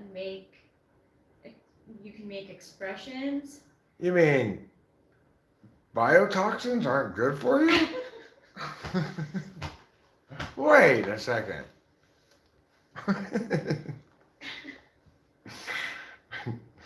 Doy. I know, but some people, like, it was like, You think I could get enough Botox in my forehead that I'd have no more wrinkles? It'd just be like this big oh my puffy. gosh, though, I don't even know, like, you without expression?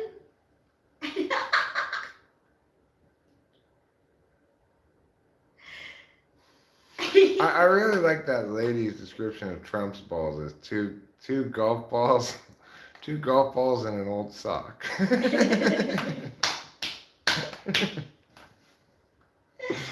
a great way to just.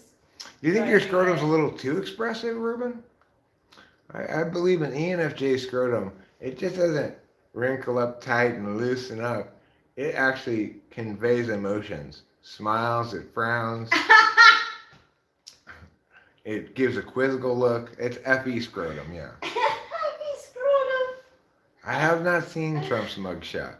I have not seen it. Whose mugshot? Trump's mugshot. Oh. But No, haven't. I did see a cool mug tonight.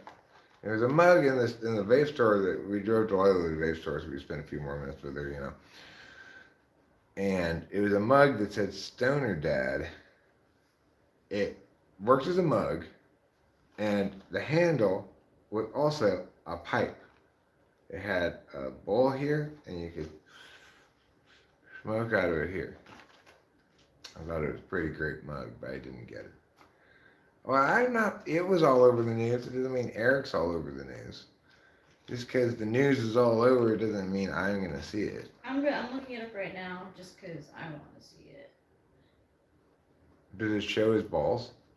Oh my gosh, it's so funny. Let me see here.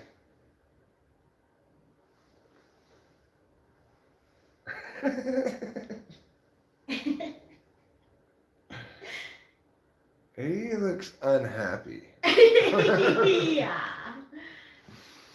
I would have gone like this. Probably don't like to do that. I've never had a mugshot taken. I've been arrested, but they didn't take a mugshot.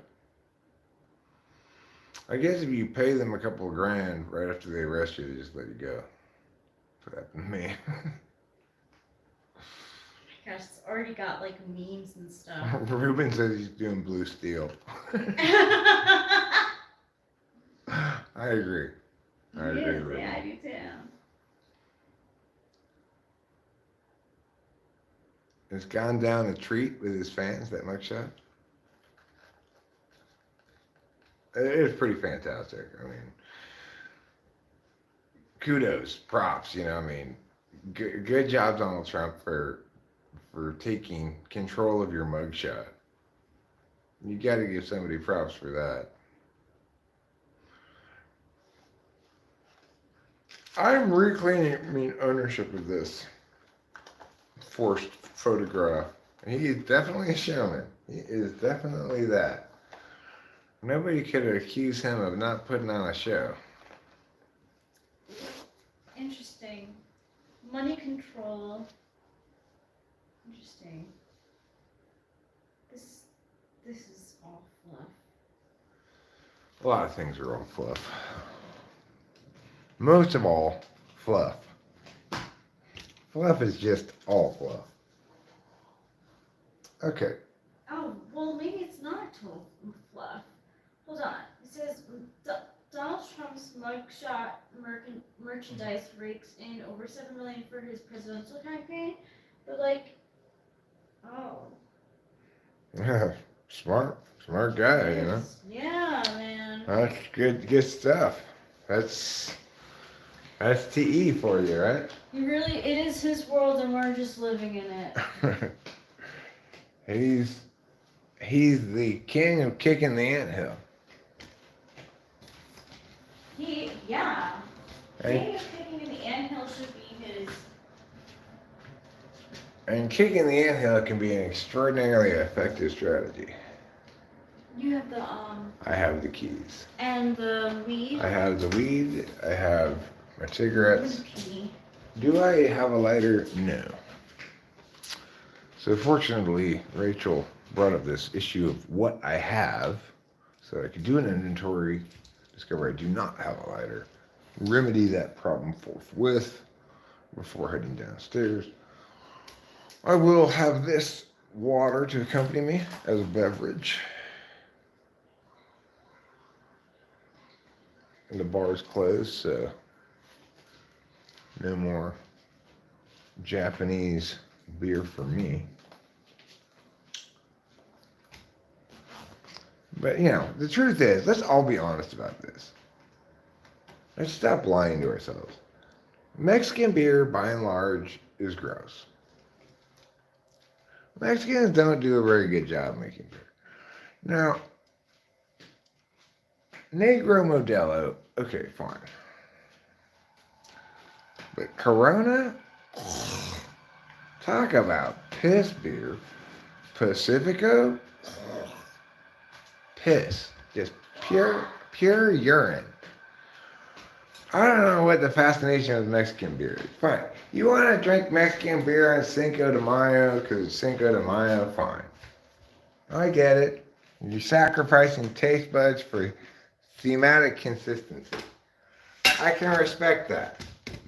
I can totally respect that, okay?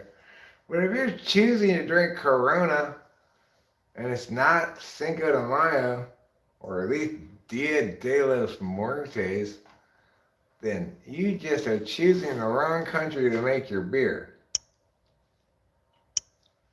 Notably, and importantly, beer is not made out of adobe, okay?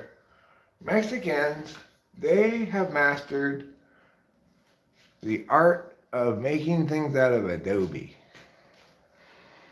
They make piñatas out of Adobe. Tequila's made out of Adobe. All their pueblos are made out of Adobe. Even chupacabras are 95% Adobe. You don't want any Adobe in your beer because Adobe's made out of poop and straw. Probably don't want anything of yours made out of Adobe, frankly, but don't underestimate the strength and power of Adobe as a building material. Yeah, okay, fine. Maybe you want Adobe Photoshop. Probably not. You probably want GIMP. You may very well want Adobe Premiere Pro. That's worth having if you want to be all like serious, a movie maker or whatever. I can't even hold the camera still, so why would I need that? I want to be a famous. Well, I'm judging something I haven't even seen yet. What do you want to be famous for? I want to be famous for making a movie that beats Barbie.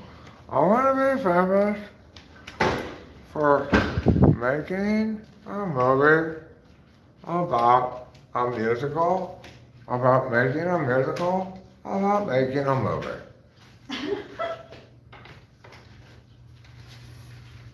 It's called Musical, the movie, the musical. The movie musical. It's called Movie, the musical. No, it's called Musical, the movie, the musical. Going down.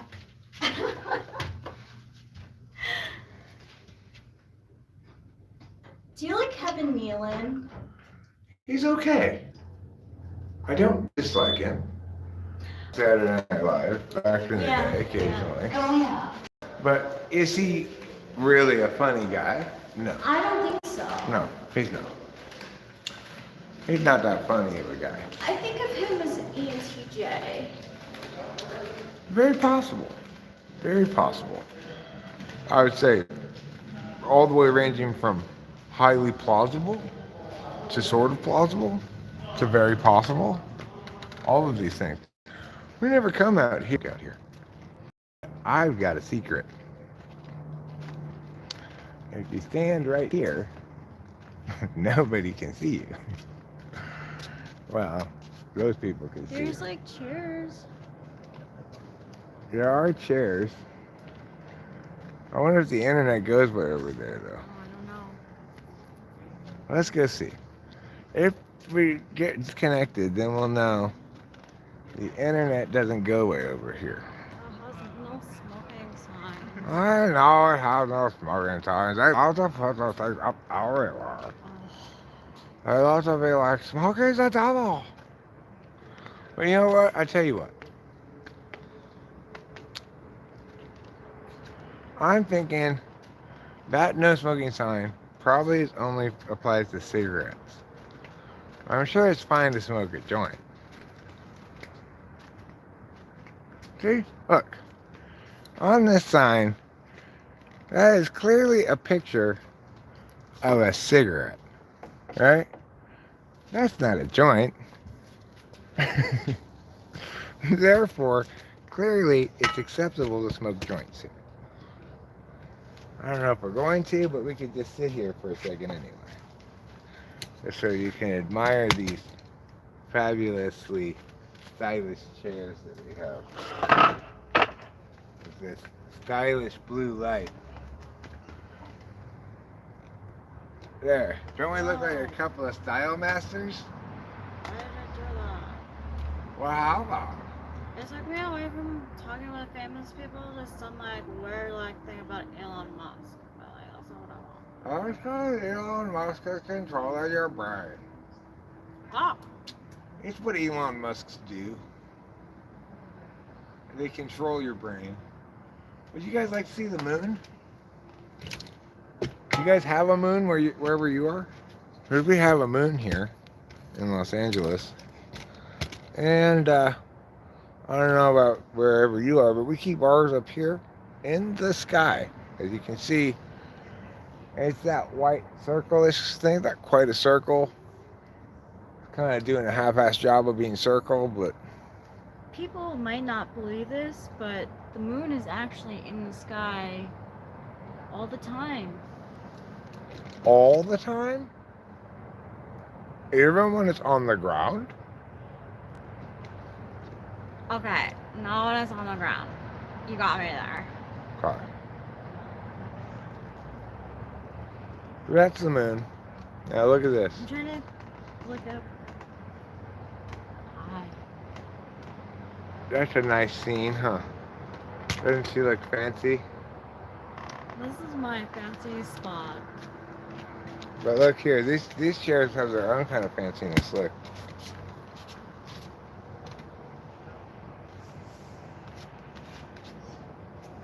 Let me put it up a little bit more. Oh, yes. See what a fancy chair I'm in? Look at it.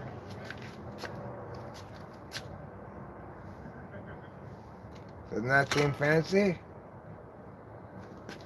Well, let's go outside where we can smoke now. Enough playing around with these fancy chairs. There are just too many employees looking suspiciously at us, so I just had to give up on the idea of smoking a joint.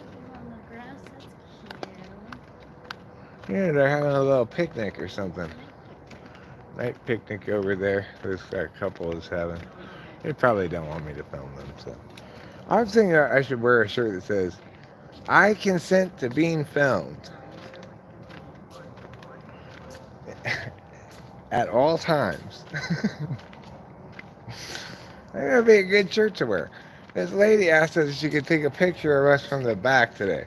What a horrible world that people have to ask that question. Of course, I'm out in public. You can film me, take pictures of me, you do whatever the fuck you want. I have no expectation of privacy. Yes, I consent to being filmed and photographed. Knock yourself out. Why aren't you currently filming me? It would be on the back. What's wrong with you? I'm here, I'm walking. Where's the film crew? I gotta hold my own camera? What's going on here?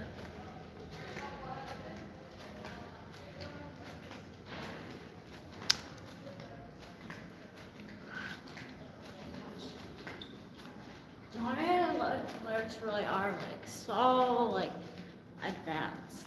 Yeah, they're so far advanced.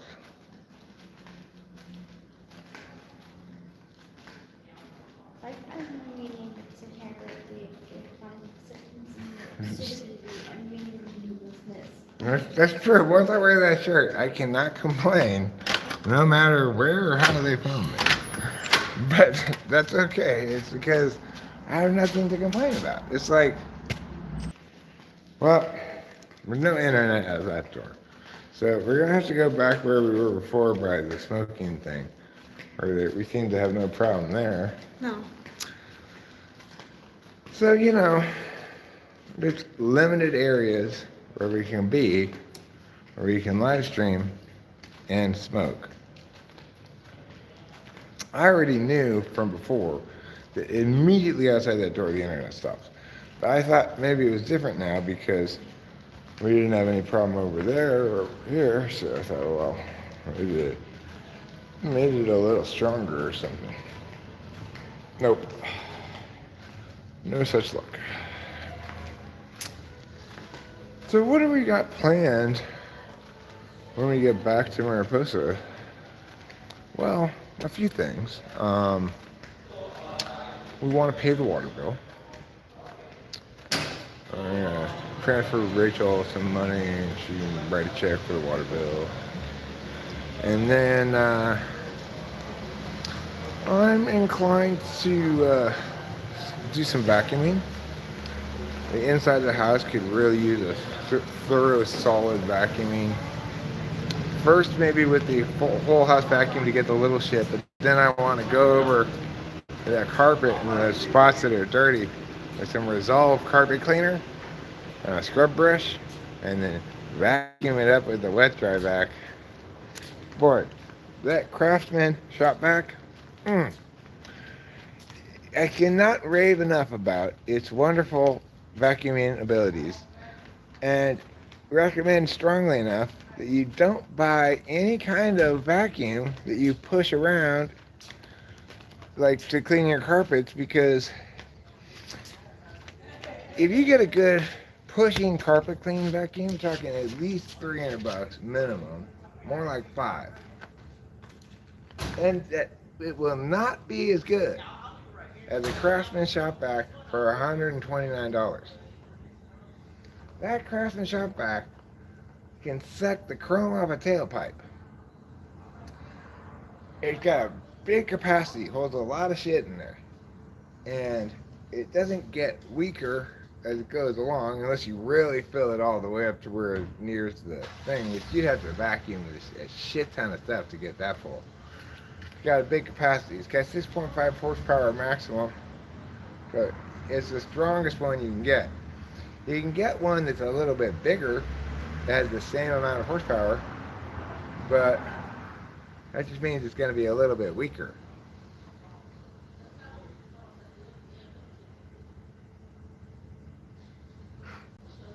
Scott Adams was recently waxing poetic about his new shop vac. Well, that's one thing I gotta respect about the guy. Then, you know, you gotta respect his commitment to vacuums and his correctness about his shop vac. I'm sure he's probably making similar points to the ones I'm making. That why do you even bother getting a push around vacuum?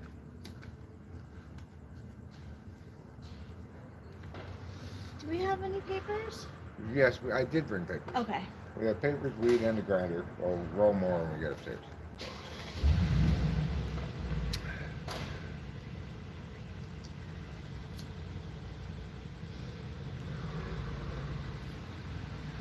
Sometimes humor can be too dry, and the person you're with doesn't get the joke. Like, earlier today, we made a stop at a wonderful little town called, not Early Mart, but Delano. And I just said very dry, deadpan, like, this is it. This is the spot. I mean, Delano. Who wouldn't want to live here? And Rachel was like, oh, well, I mean, maybe we could someday go to Delano. I don't want to live in Delano, Rachel. I'm joking. This place has nothing to recommend it whatsoever, except it's got one-stop shopping if you're on a road trip. And this one exit, it's got like everything you could possibly want to stop at midway between.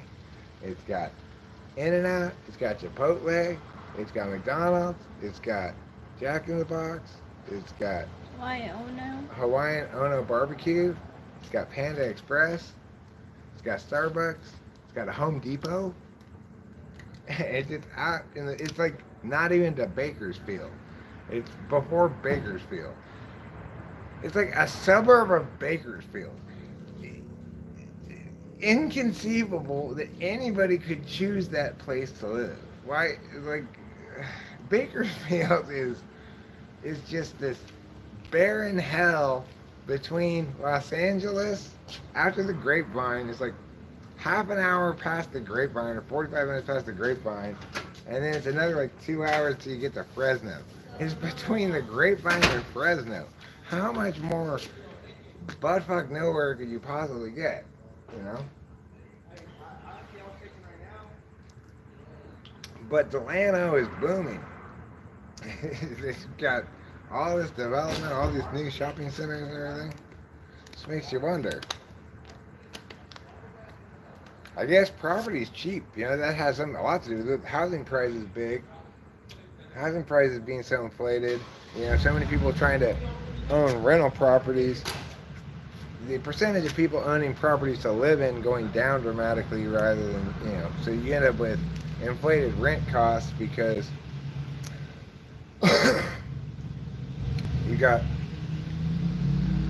basically too little housing where people want to live. So people end up going and living in places like Delano where nobody wants to live because it's cheap there, I guess. If it ever becomes nice, Then they can sell their house for a profit.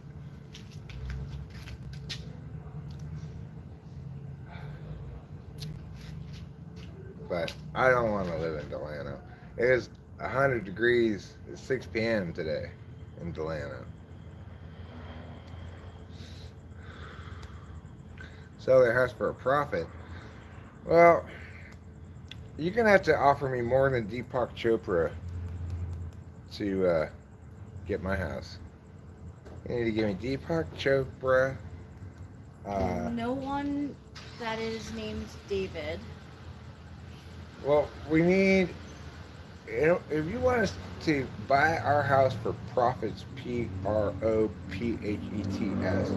we need Deepak Chopra. We need that German guy. What's his name? Eckhart Tolle. Eckhart Tolle. We also need Jesus, Muhammad, and Gandhi. All 5 of those maybe would be a good deal because I figure we could. Buddha. Buddha too. Yeah, I might as well get Siddhartha in there.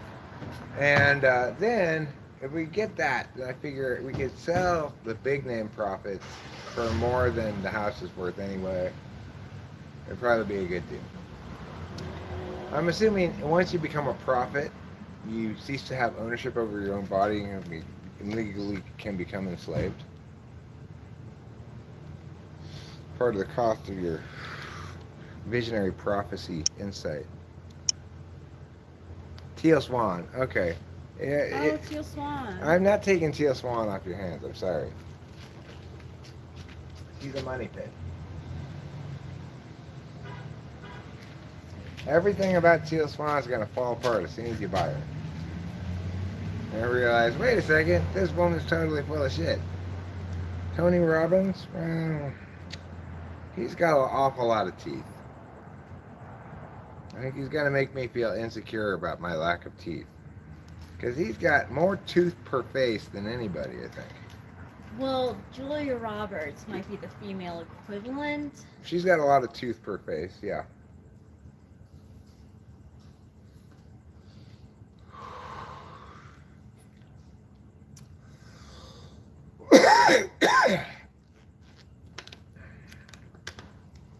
If I have to have a Robbins, I think I'd rather have Tim Robbins than Tony Robbins.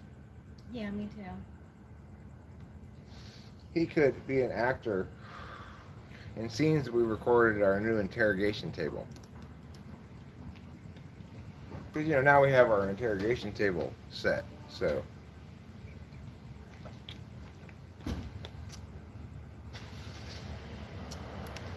Well, you could make 2 full-toothed men out of just Tony Robbins' teeth. I'm going to get a picture. Yeah. We have so many blue jay feathers gathering around our house now Wow. that we could probably make a whole new blue jay out of them. That's so cute. Richard Simmons, I mean, sure, he's a manly guy, but I think heterosexually of the year was not an award he deserved. I'm sorry, I don't know if that makes me homophobic or whatever, but I was stunned when they gave Richard Simmons heterosexual of the year. Oh my gosh, she really does have a lot of teeth. One day, Tony Robbins is going to get poached and make a wonderful piano for someone. True that. True that. He'll make a grand piano. I'm gonna look for Tony Robbins and Julia Roberts. They should have kids. There would be some toothy kids. Julia Roberts and Tony Robbins have a kid, and it's just their whole being. It's like 90% teeth, 10% rest of them.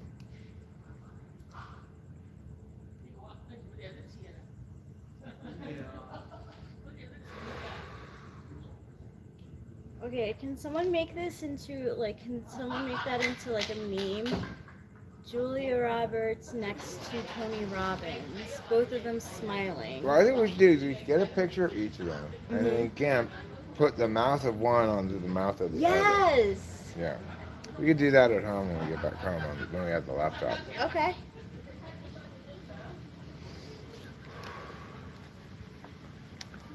Who's more toothy? Be a good poll question for the community tab. Who's more toothy, Tony Robbins or Julia Roberts? Hers are her, like, as long, like, she might have had some replacement teeth here and there, but they look to be mostly hers, where his appear to be veneers. These are replacement teeth right here. I'm like, are you sure these are big enough? The dentist assured me that they were the right size, but they seem too small to me.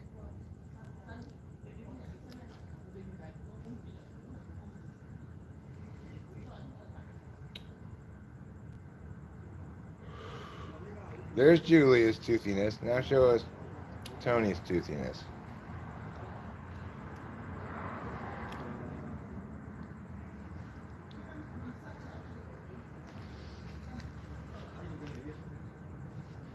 Hit this one.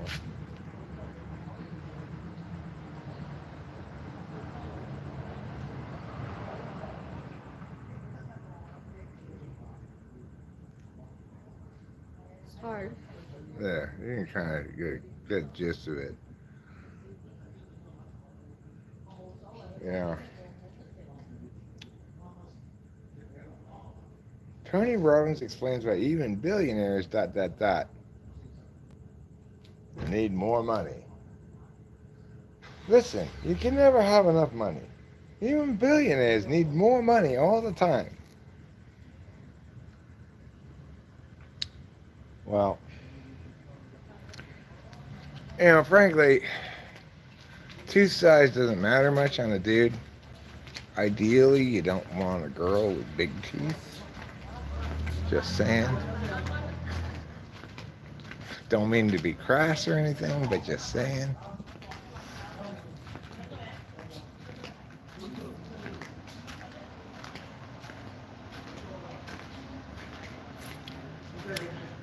Because they'll outshine yours, is why. I mean, of course. That's why you don't want a girl with big teeth.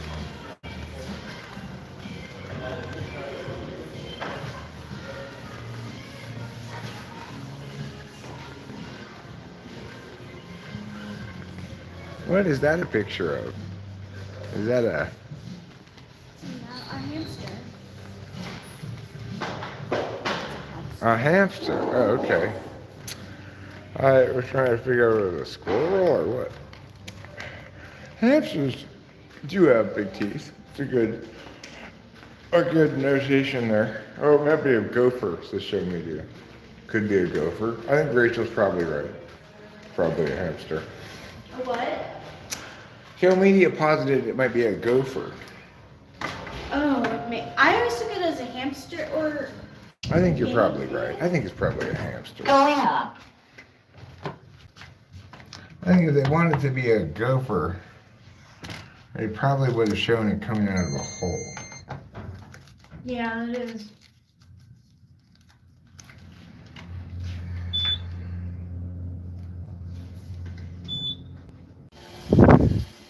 Well, we briefly disconnected there, as does sometimes happen on the elevator. We're back.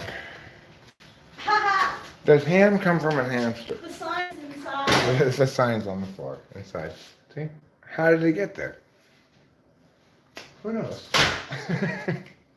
It doesn't want to say where it's supposed to be. It's got a mind of its own.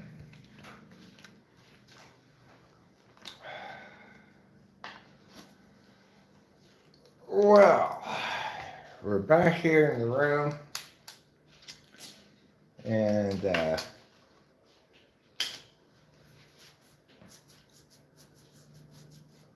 I'm like kind of weirdly feeling the Adderall for the first time.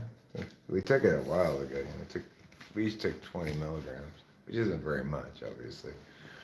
But neither of us were tired, We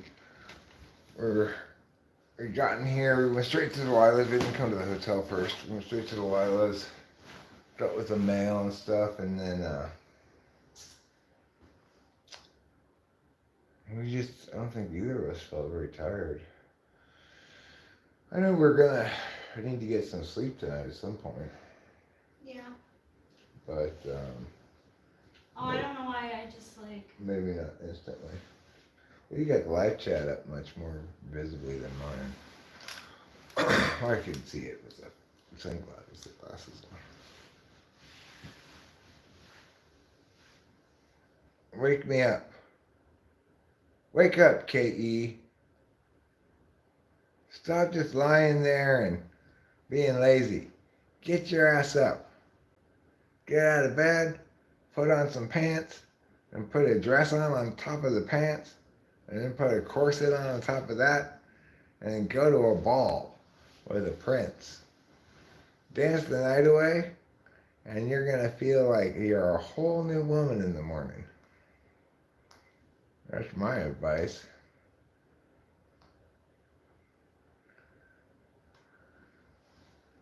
My advice is if you have 7 in your tri-type, you should eat, sleep, read, repeat at least once in your life. Oh, yeah. Okay, have you tried Eat, Sleep, Rave, Repeat? It's a pretty good recipe for happiness. Ordered your bong. We purposely left the bongs at home today. And the reason is really because our bongs, annoyingly, take up more than one cup holder. Yes, they fit in a cup holder, but because of the stem, you have to put it towards the middle, which means it invades the other cup holder's space. That's just too annoying to deal with. So I said, let's just roll a bunch of joints. So we rolled like 10 joints. Okay, K.E., listen, I'm going to do it with you. If you do it together, it's not so bad. Ready? 1, and we're going to get up out of bed together. 1, on 3. 1, 2, 3. Oh, getting up. Oh, God, I don't want to get up. Oh, but look, you did it. Now you're up. Now you're up. You're standing. You're like, fuck yeah, I'm ready to take on the new day. Are you up with me? Okay. Did you get up yet? Or are you still like that? Lying all sexy in bed. I know what I would advise me if I were watching this channel. I would advise me to stop live stream and make use of this hotel bed.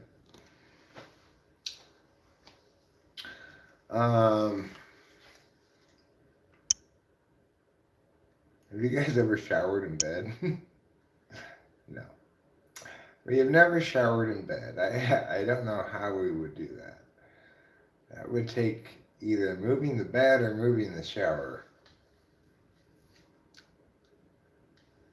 When you were always the nothing. Save me from the nothing I've become. This song. Oh.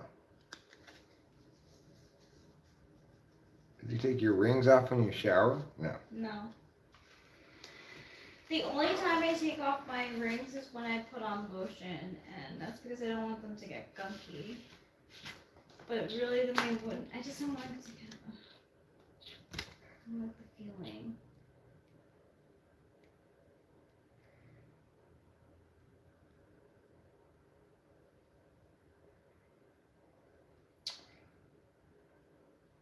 That song lyric is a good lyric. Save me from the nothing I've become. That's a good lyric. But It's like a uber emo. yeah, Yeah, you know that but song? I don't know the song. I'm just commenting on the lyric itself. But No. Wake me up inside. I was thinking how the opposite of it is, but a similar concept kind of. But the opposite is, I love you more than I could love myself. Yeah. 'Cause I love you more than I can love myself. I'm more than sure you're the one. No space big enough for how I feel. But another lyric that reminded me of, besides the one we just did, but is if you ask me, I'm okay. But if I ask myself, the answer might change. Yeah. That's another really great Johnny lyric that is the FE version of that FI lyric, you know. The FI lyric is very FI. But it's a good FI lyric, but it's super FI. Save me from the nothing I've become. It's all about me. You save me from what I've become. Whereas FE is not all about me. It's like, I love you more than I could love myself. It's such a FE tool or even 3 thing to say. And Do you think he's an ENTP? no, I think he's an INFJ. Yeah, he He's honestly. too perfect. He's just too perfect to be an Well, INFJ. like, He's too little hit and miss. There's just none of it. Almost no hit and miss. He's not perfect right out the gates. When he's younger, he makes some mistakes, whatever, but they're few and far between. And his triumphs are just, you know, he's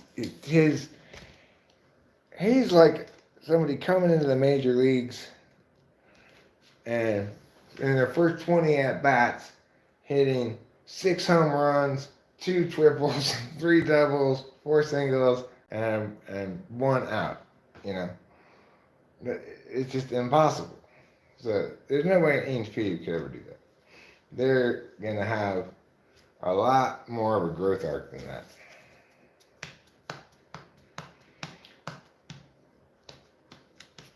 When you look at Eminem, there's an example of an equivalently talented ENTP. And no way, shape, or form could you say he's not hit and miss. He's definitely hit and miss. well, I think you would find it interesting that Johnny has an playlist of his own called Here's Johnny, and basically it's like everything that you put on Chappy Tracks. Like really, Really? like yeah, and it misses like big chunks of album. And it's like literally like All his favorite. all his favorites are the ones that you put on Chappy Tracks. Huh, funny. Yeah, isn't that? Well, yeah, he's got obviously impeccable taste. But so do you. Yes, Like- I do. I mean, my taste is better than my skills, you know, for sure. It's easier to have. I mean, it's very difficult to have perfect taste, apparently, because almost nobody does. Rachel does. I do. Yeah, you do. That's really about I it. think Even Corey's a little bit hit and miss. But he's pretty close. he's like very hit with his stuff. Like that song that was inspired by Tiffany. Like that's so Tiffany's theme. Yeah. I frequently find myself going like,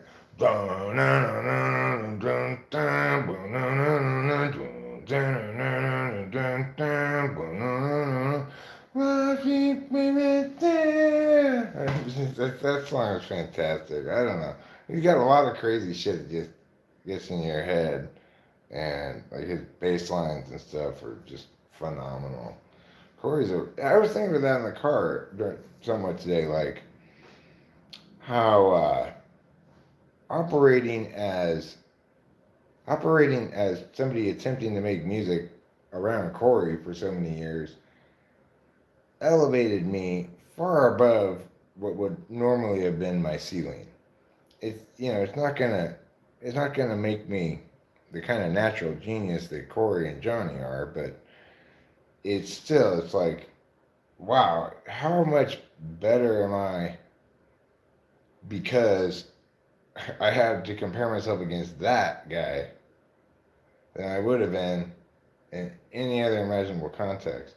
Because I can't think of anybody else that, like Corey, you know, that I know or that I would even ever conceivably know.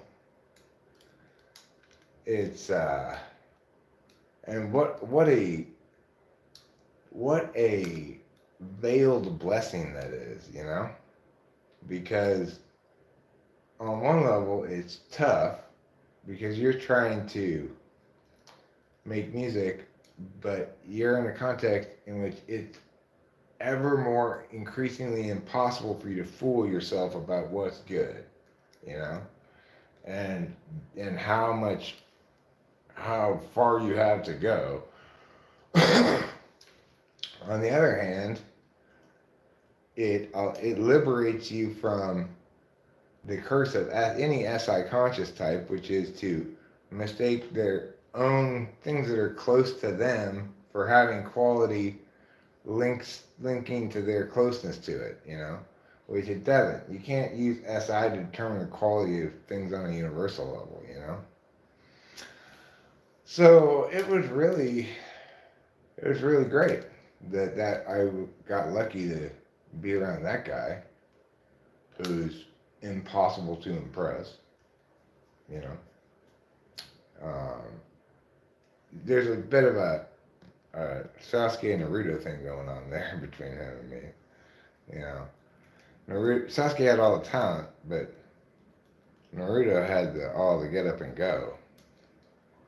And hard work beats talent, and talent doesn't work hard. Yeah.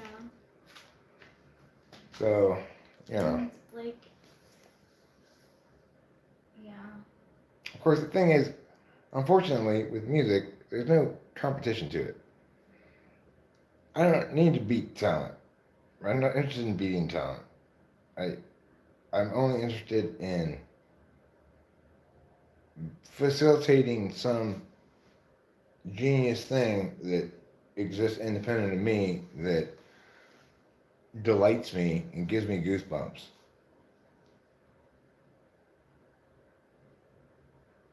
Right. Well, and this is some of the implicit conflict between me and Corey is that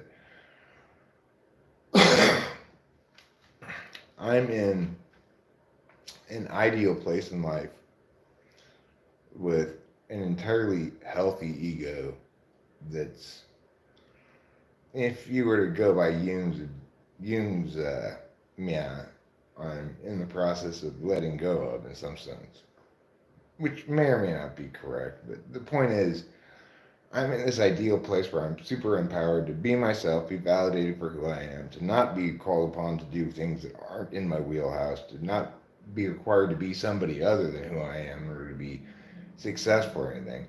All of this shit, right, is I'm just lined up to just be thriving. And the truth is, though, concurrently, that I will never be the kind of musical genius that Corey is. But he's nevertheless unavoidably gonna have some problems dealing with this unpleasant narrative, right? Which is you've gone to Orochimaru, become tainted by a bunch of evil shit, and I have mastered Rasengan Shuriken. Have learned to control the nine-tailed fox within me, and kick ass and take names on a routine basis, and all manner of things. So, you know, we both, you know, the thing that's most impressive to both of us, interestingly, or ironically, or whatever, is by far Corey's best shit. And I want to see it realized in some sort of epically well-produced, super perfectly mastered tracks of genius that I can pump in the car and be delighted by, you know? My goal is to facilitate that. But, you know, I'm not great at following through and executing on the things that might attain goals. It's not exactly my strong suit. I did call him today. I will call him again probably tomorrow. See if I can chat with him a bit. He's not a big phone answerer. Who? Corey. Yeah. He's in a bit of a messy situation in general.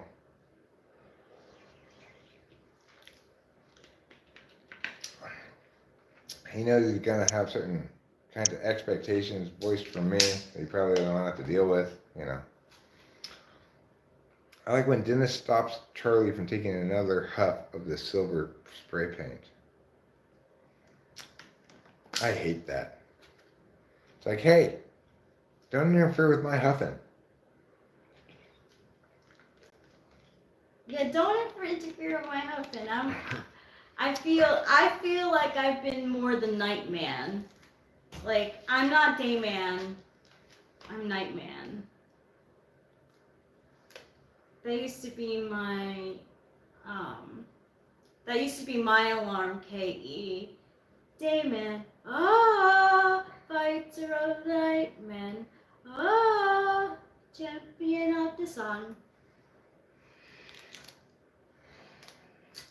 Well, anyway, the thing is, the challenge I have in that relationship in general is managing this gap between our respective realities in a way that validates who he is while concurrently invalidating his current reality such that he extricates himself from it without it becoming a pissing contest of some sort.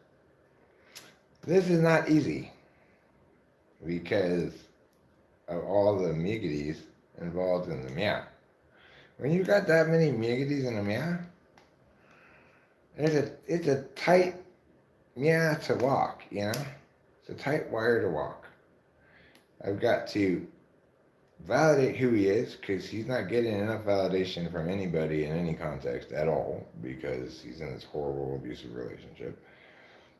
And I need to invalidate his experience because he should not be in this horrible relationship. And I need to be non-negationary when he's being himself in ways that I can't validate.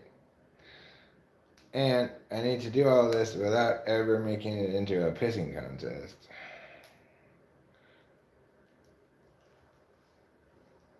That requires the skills of Helen Keller on the basketball court. You need to be able to smell your way down the court to do that.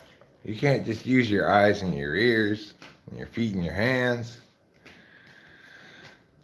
You got to use your teeth and your gears, your beaks and your glands. Smelling Keller. That's what they call her. Smelling Keller on our high school basketball team because her sense of smell was so cute. They said when somebody hit a three-pointer and she was still outside the gym, she could smell it. Somebody just buried a three. She could be 200 feet from the gym. Can't hear anything. Can't see anything. A little known fact, later in her life, she lost her sense of feel. So she could not see, hear, or touch anything, feel anything. All she had left were her sense of taste and smell. And yet still she became history's greatest NBA point guard. She still holds records for most points scored, most layups, most three-pointers, most free throws, highest free throw percentage, fewest fouls, 0 fouls. She made 0 fouls. And she was playing in the male NBA. That's how good Helen Keller was at basketball.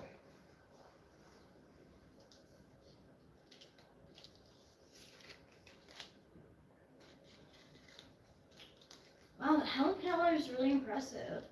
Yeah. A lot of people don't really pay enough respect to Helen Keller.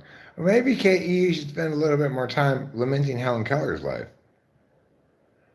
What are you lamenting? Because you have to go to work. I don't blame you for lamenting that. That sucks ass. It only works like this. You want to be a trophy wife? Well, Rachel is living the dream. Yeah? And like I am a garden gnome too. Rachel accomplished your dream. She became a trophy wife. I never thought in my wildest dreams that I would be a trophy. Like never. You're not really a trophy wife.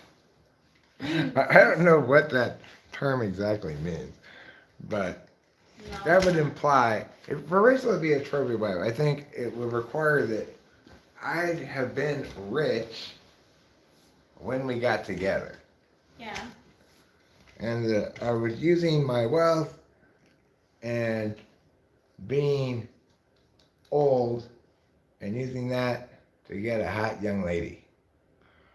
But instead, I didn't have anything really to get a hot young lady with except a YouTube channel.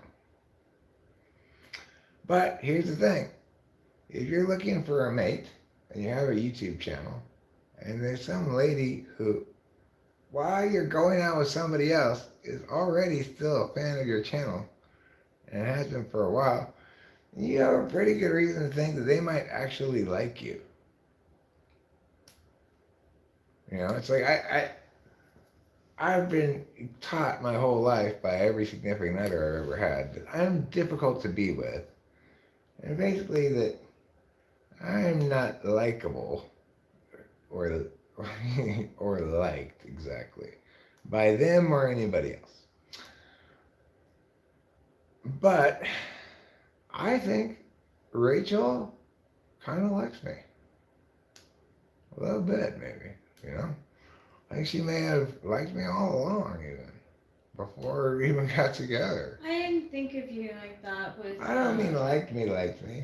I just mean that you didn't dislike me. no. I followed your channel. All right, you watched me even when there was nothing between us at all, or any concept of there being anything between us. Yeah. That's crazy. There's a girl who just likes me as a person already, just because she's fond of listening to me talk. Well, really, that's a pretty good prerequisite for a relationship partner for me, is they should not hate it when I talk. Seems like all my previous wives kind of hated it when I talked. Or girlfriends or whatever. I know my first wife did.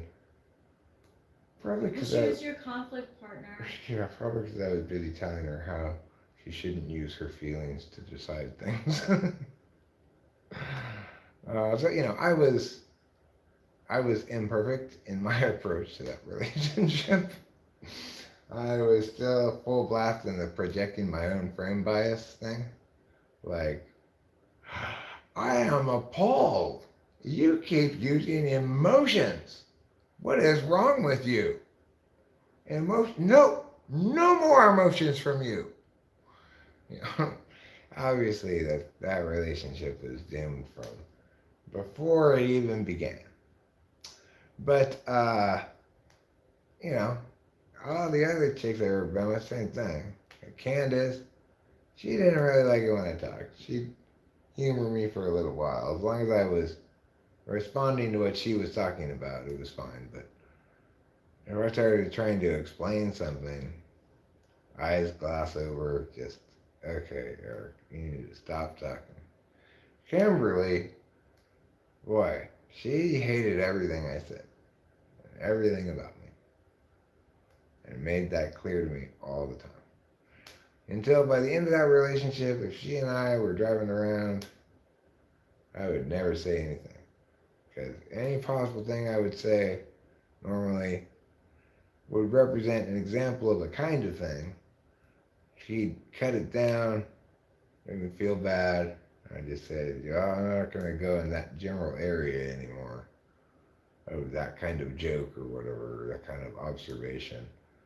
Until at the end, I didn't have anything to say because she had made it so clear that listening to me talk was such torture. But you know, the funny thing is, Rachel doesn't have to listen to me talk all that much. I don't think. Like, I don't think Rachel and I have a lot of long conversations or anything. Sometimes, if I have an idea, I'll say something to her. You know, sometimes she'll talk to me. But um, did any of your best songs come from that period of time? Yeah, it was a rich songwriting time. I'll I'll have to admit that. I wrote Share Shame after a huge fight with her. I wrote uh, Dying Day. I wrote Gobby Weatherman. I Amelia. Um, What's the Matter with Mia? All of the songs I wrote during that time period. Dancing Party Dance, which is a song I've forgotten about until right now for a while. Um, a lot of good stuff. Uh, Chicken Pot Pie, which is horribly mixed. But I was also doing more amphetamines then. Doing, I was doing a lot of amphetamines then. Not just Adderall either. There was a stretch of time there where I was doing a lot of amphetamines. Well, yeah, I had a brief resurgence in my consumption of,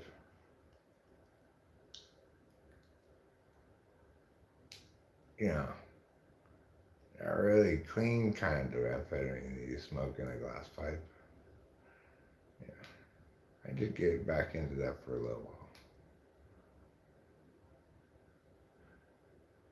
And that girl, her name was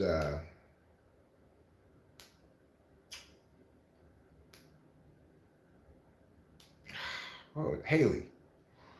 She was in a choir at school or in glee club or whatever, but beyond that, I don't think she was trained. Um, and it is true that she sounds great on the tapes we got and stuff, but it's also true that she wasn't always on point. Those ones didn't make the cut, you know. She wasn't like, sometimes she struggled with the melody line, like getting it conceptually down, like how it goes, stuff like that. Sometimes she didn't. But yeah, she had a good voice. Nice, clear, pure voice. Very childlike voice. So it sounds like a boys' choir voice or a girl. You know, little boys and girls have the same pitch voice, basically. Oh, I knew that. Yeah, you can't really tell the difference between a boys' choir and a girls' choir if they're all prepubescent. Their voices basically sound the same. Mm. Um, but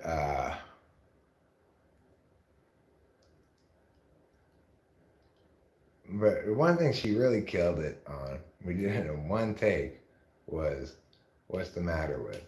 She nailed that thing in one take. Wow.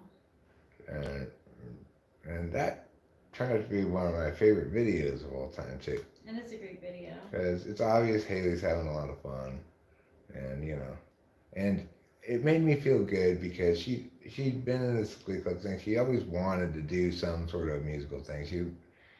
I know she showed that video. She probably showed it to everybody, you know. Oh, that's so cool. She's proud of it, and it's good. It's a good song. It's immediately appealing as a video and a song. It showcases her talents and stuff, and I felt good to be able to provide that for her, even though that was not remotely my motivation. Obviously, my motivation was purely selfish. I needed a girl voice, you know. It was basically that. I needed a girl voice.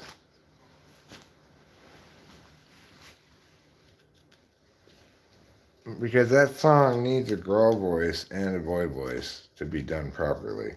It's got too many words for one person to sing it without losing their breath. It's got two vocal parts. It's like a lot of my songs have two vocal parts. But I'm not good about practicing with Rachel like we should, because we're not practicing for anything specific. If we were to get like a show lined up or something, then we'd practice for sure, and we'd be razor sharp by the time the show came around. That could be something that we do more often though. Like I really love singing, so if you'd like to practice sometime, like, or if it comes to my mind, you can definitely. Yeah. So I think what we're gonna do now, because I know this is probably starting to run fairly low on electricity because it wasn't fully charged when I started. I left my charger in the car. The car keys are the valet, so we got a limited amount of time left. Man. What I think I want to do is go down and smoke a cigarette. When I come back up, we'll end the stream, and then take a shower, and then I think there's a little bit of husband and wife business that Rachel and I may need to address after that. Now, I'm not going to specify what kind of husband and wife business it is, but I will say it's not property management. So that's one possible husband and wife kind of business. It's not that. It's also not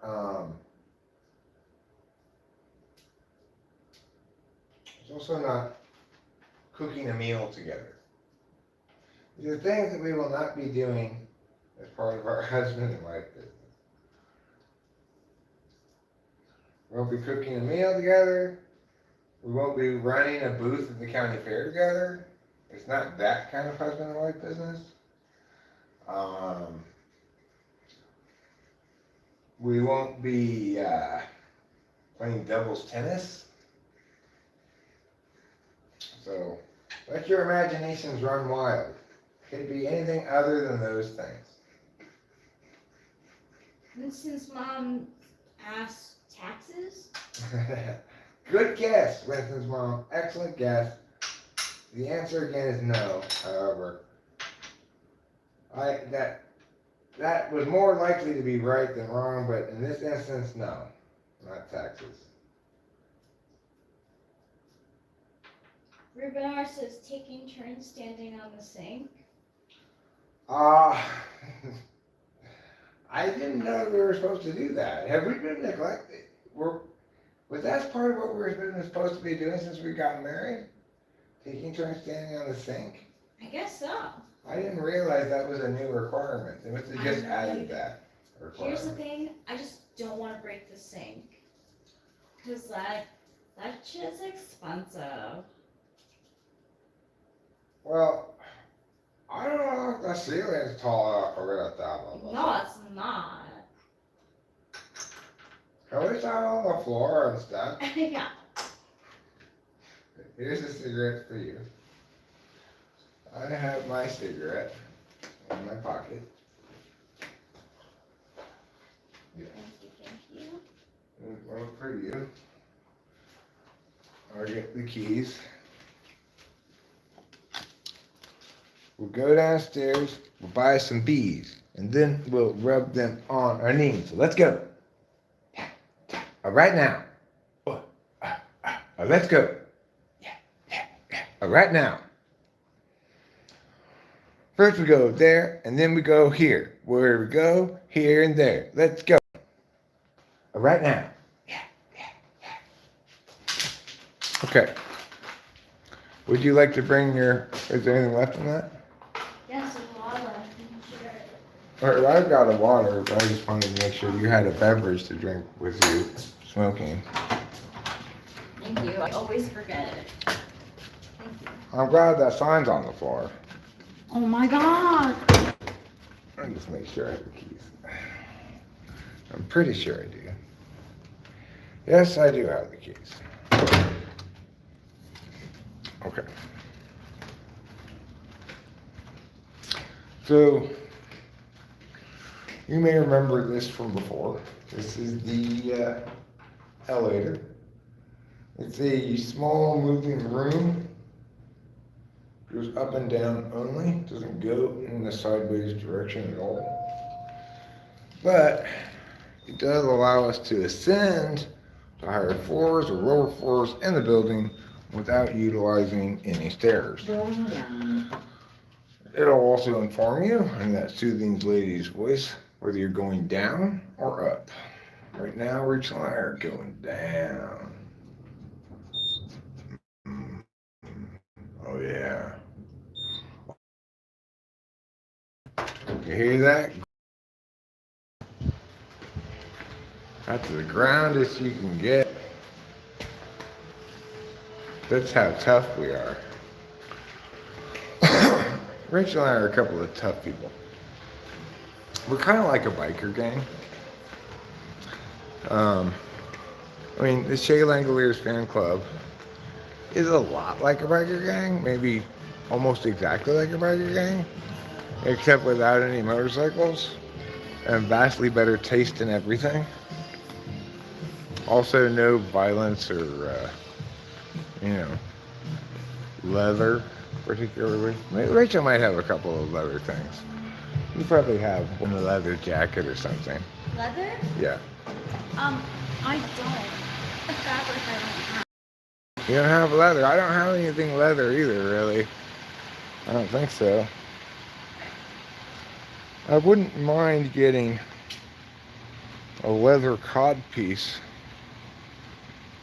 I wouldn't mind you getting a leather codpiece either. Because it takes cowhide to hold back my manhood.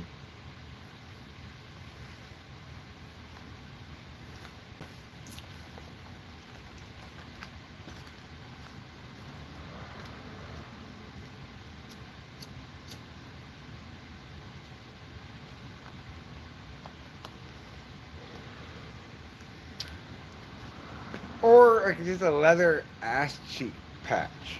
I'm envisioning a piece of leather cut out to the exact size of my butt cheek. And then you get some of that glue that you put on things that's made to peel off and put back on again. You know, it's like sticky note glue. You put that, or you get, it's basically like a boob circle, okay? It's made out of whatever the boob circle's made out of. But each of them is customly shaped to each be one side of one of my ass cheeks. And I'd wear one on each butt cheek. And it would provide protection against chafing. It would also provide a layer of extra protection in case my pants suddenly fall off to prevent people from seeing my butt cheeks. Now I could have what's called a Ken doll, which is one of those same things for my junk. It makes the front of you just look like a Ken doll, just this covered bump with no defined anything, right?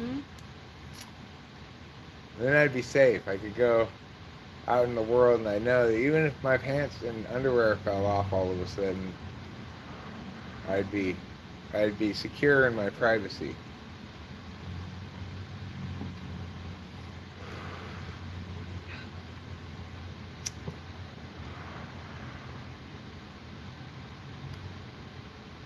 If men wore pants like women wear shirts, you might need to have a Ken doll, right? Because women like to wear shirts that go down, so they have to wear those boob circles in case their shirt slips a little bit. They don't want to show their nipple, right? If men wore pants like that, then we'd see a lot more Ken dolls.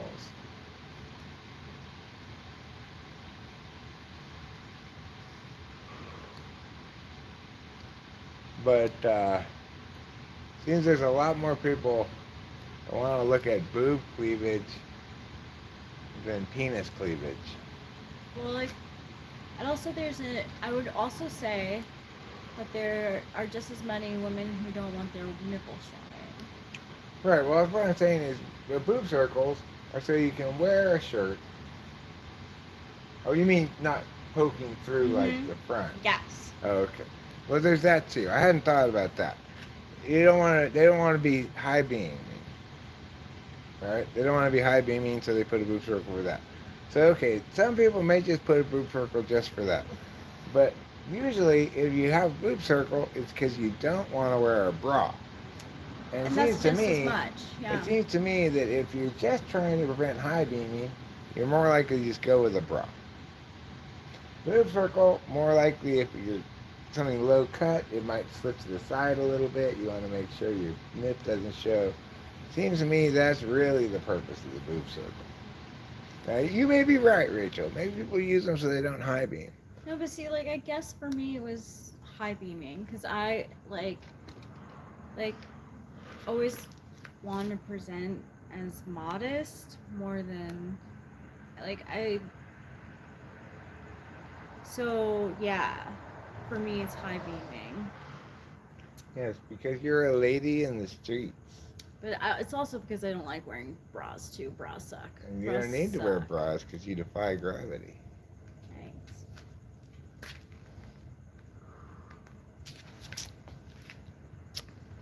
Bras do suck. I get so sick of my training bra. It's like I've been wearing this training bra since I was like 11 years old, Wow.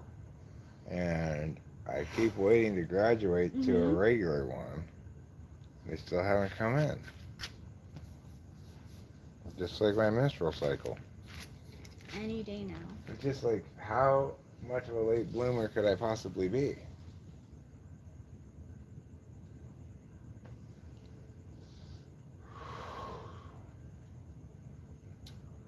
You know who had a lot of slaves? Native American. They what? They had a lot of slaves. They did? Yeah, Native American tribes, they'd attack each other and enslave each other all the time. I didn't know that. hmm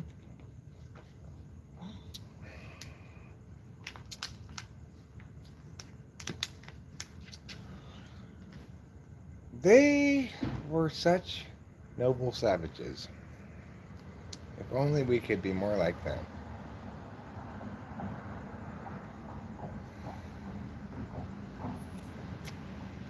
People don't like to talk about that part of the Indians.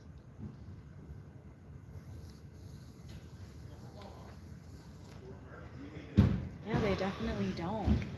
The noble Apaches. I mean, the barbaric enslaving pillagers? No, we mean these wonderful Indians who respected the land. Okay, well, that's what you call following animals around. Fine. But regardless of the Indians, and don't get me wrong, I love my Native Americans as much as anybody.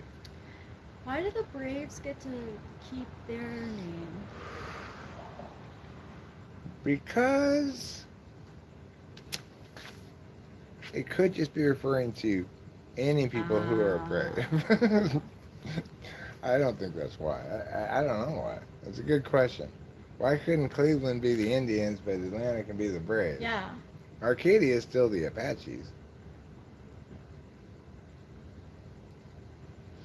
My high school alma mater. Arcadia Apaches.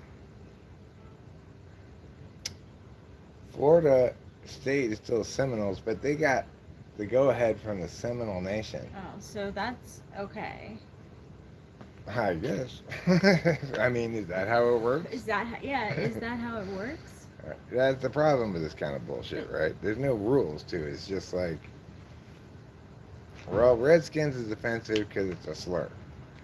Is it? Now Indians offensive, that's a slur. Indian offensive? That's a slur? That's why, yeah. Well, they didn't like the Cleveland picture. Indians. They didn't like the goofy picture of the Indians the Cleveland Indians had. Yeah, that They was had, bad. they had a goofy picture. Yeah, that was bad. The Redskins tried to make their Indian look more noble and hoped that would do the job, but no, now they're the Commanders. The Braves are the ones who will go. They're one of multiple teams that does that. Multiple teams do that? Every team that's got Indian name pretty much does that. The Seminoles are the ones who most of all do that. Florida State Seminoles. Really? Well, they're the ones I think who mostly do that. But I'm first and most college football fan, so. Yeah. But I think the Braves probably do that too. And I think they stopped. I think that's the thing that they don't do anymore in baseball. oh, well, they still do it at Florida State. Well, they got the okay. So. Yeah. I think they have an actual Seminole come in, ride a horse, and throw down a spear in the field. Yeah. At the beginning of the game.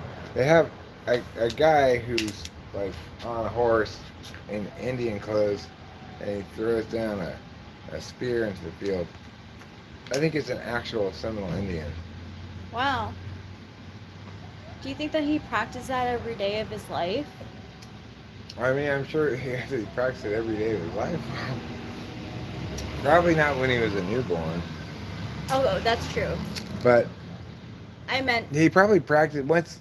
Probably that Seminole is also a student at Florida State, I would guess. Well, you could Google it when we get upstairs. But yeah, he gets that job. It's like the mascot job, like the leprechaun for Notre Dame, you know. yeah. Or Fighting Irish is okay. well, because they're fighting. If they were the Notre Dame drunken Irish, then probably people would take offense. Yeah. I'm running out of battery, so just put it in the hole. We got plenty of weed. We don't need to save that roach.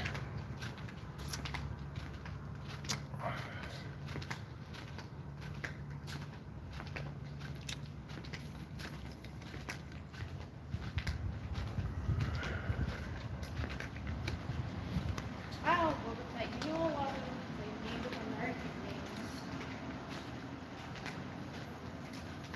Rumor has it Redskins are considering going back to being the Redskins. That'd be good. That'd be good because it's like we don't want to empower fussiness, you know? Just get over it already.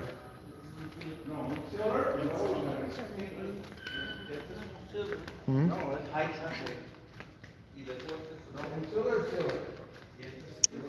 Well, Redskins is incredibly offensive over that it's considering their skin red.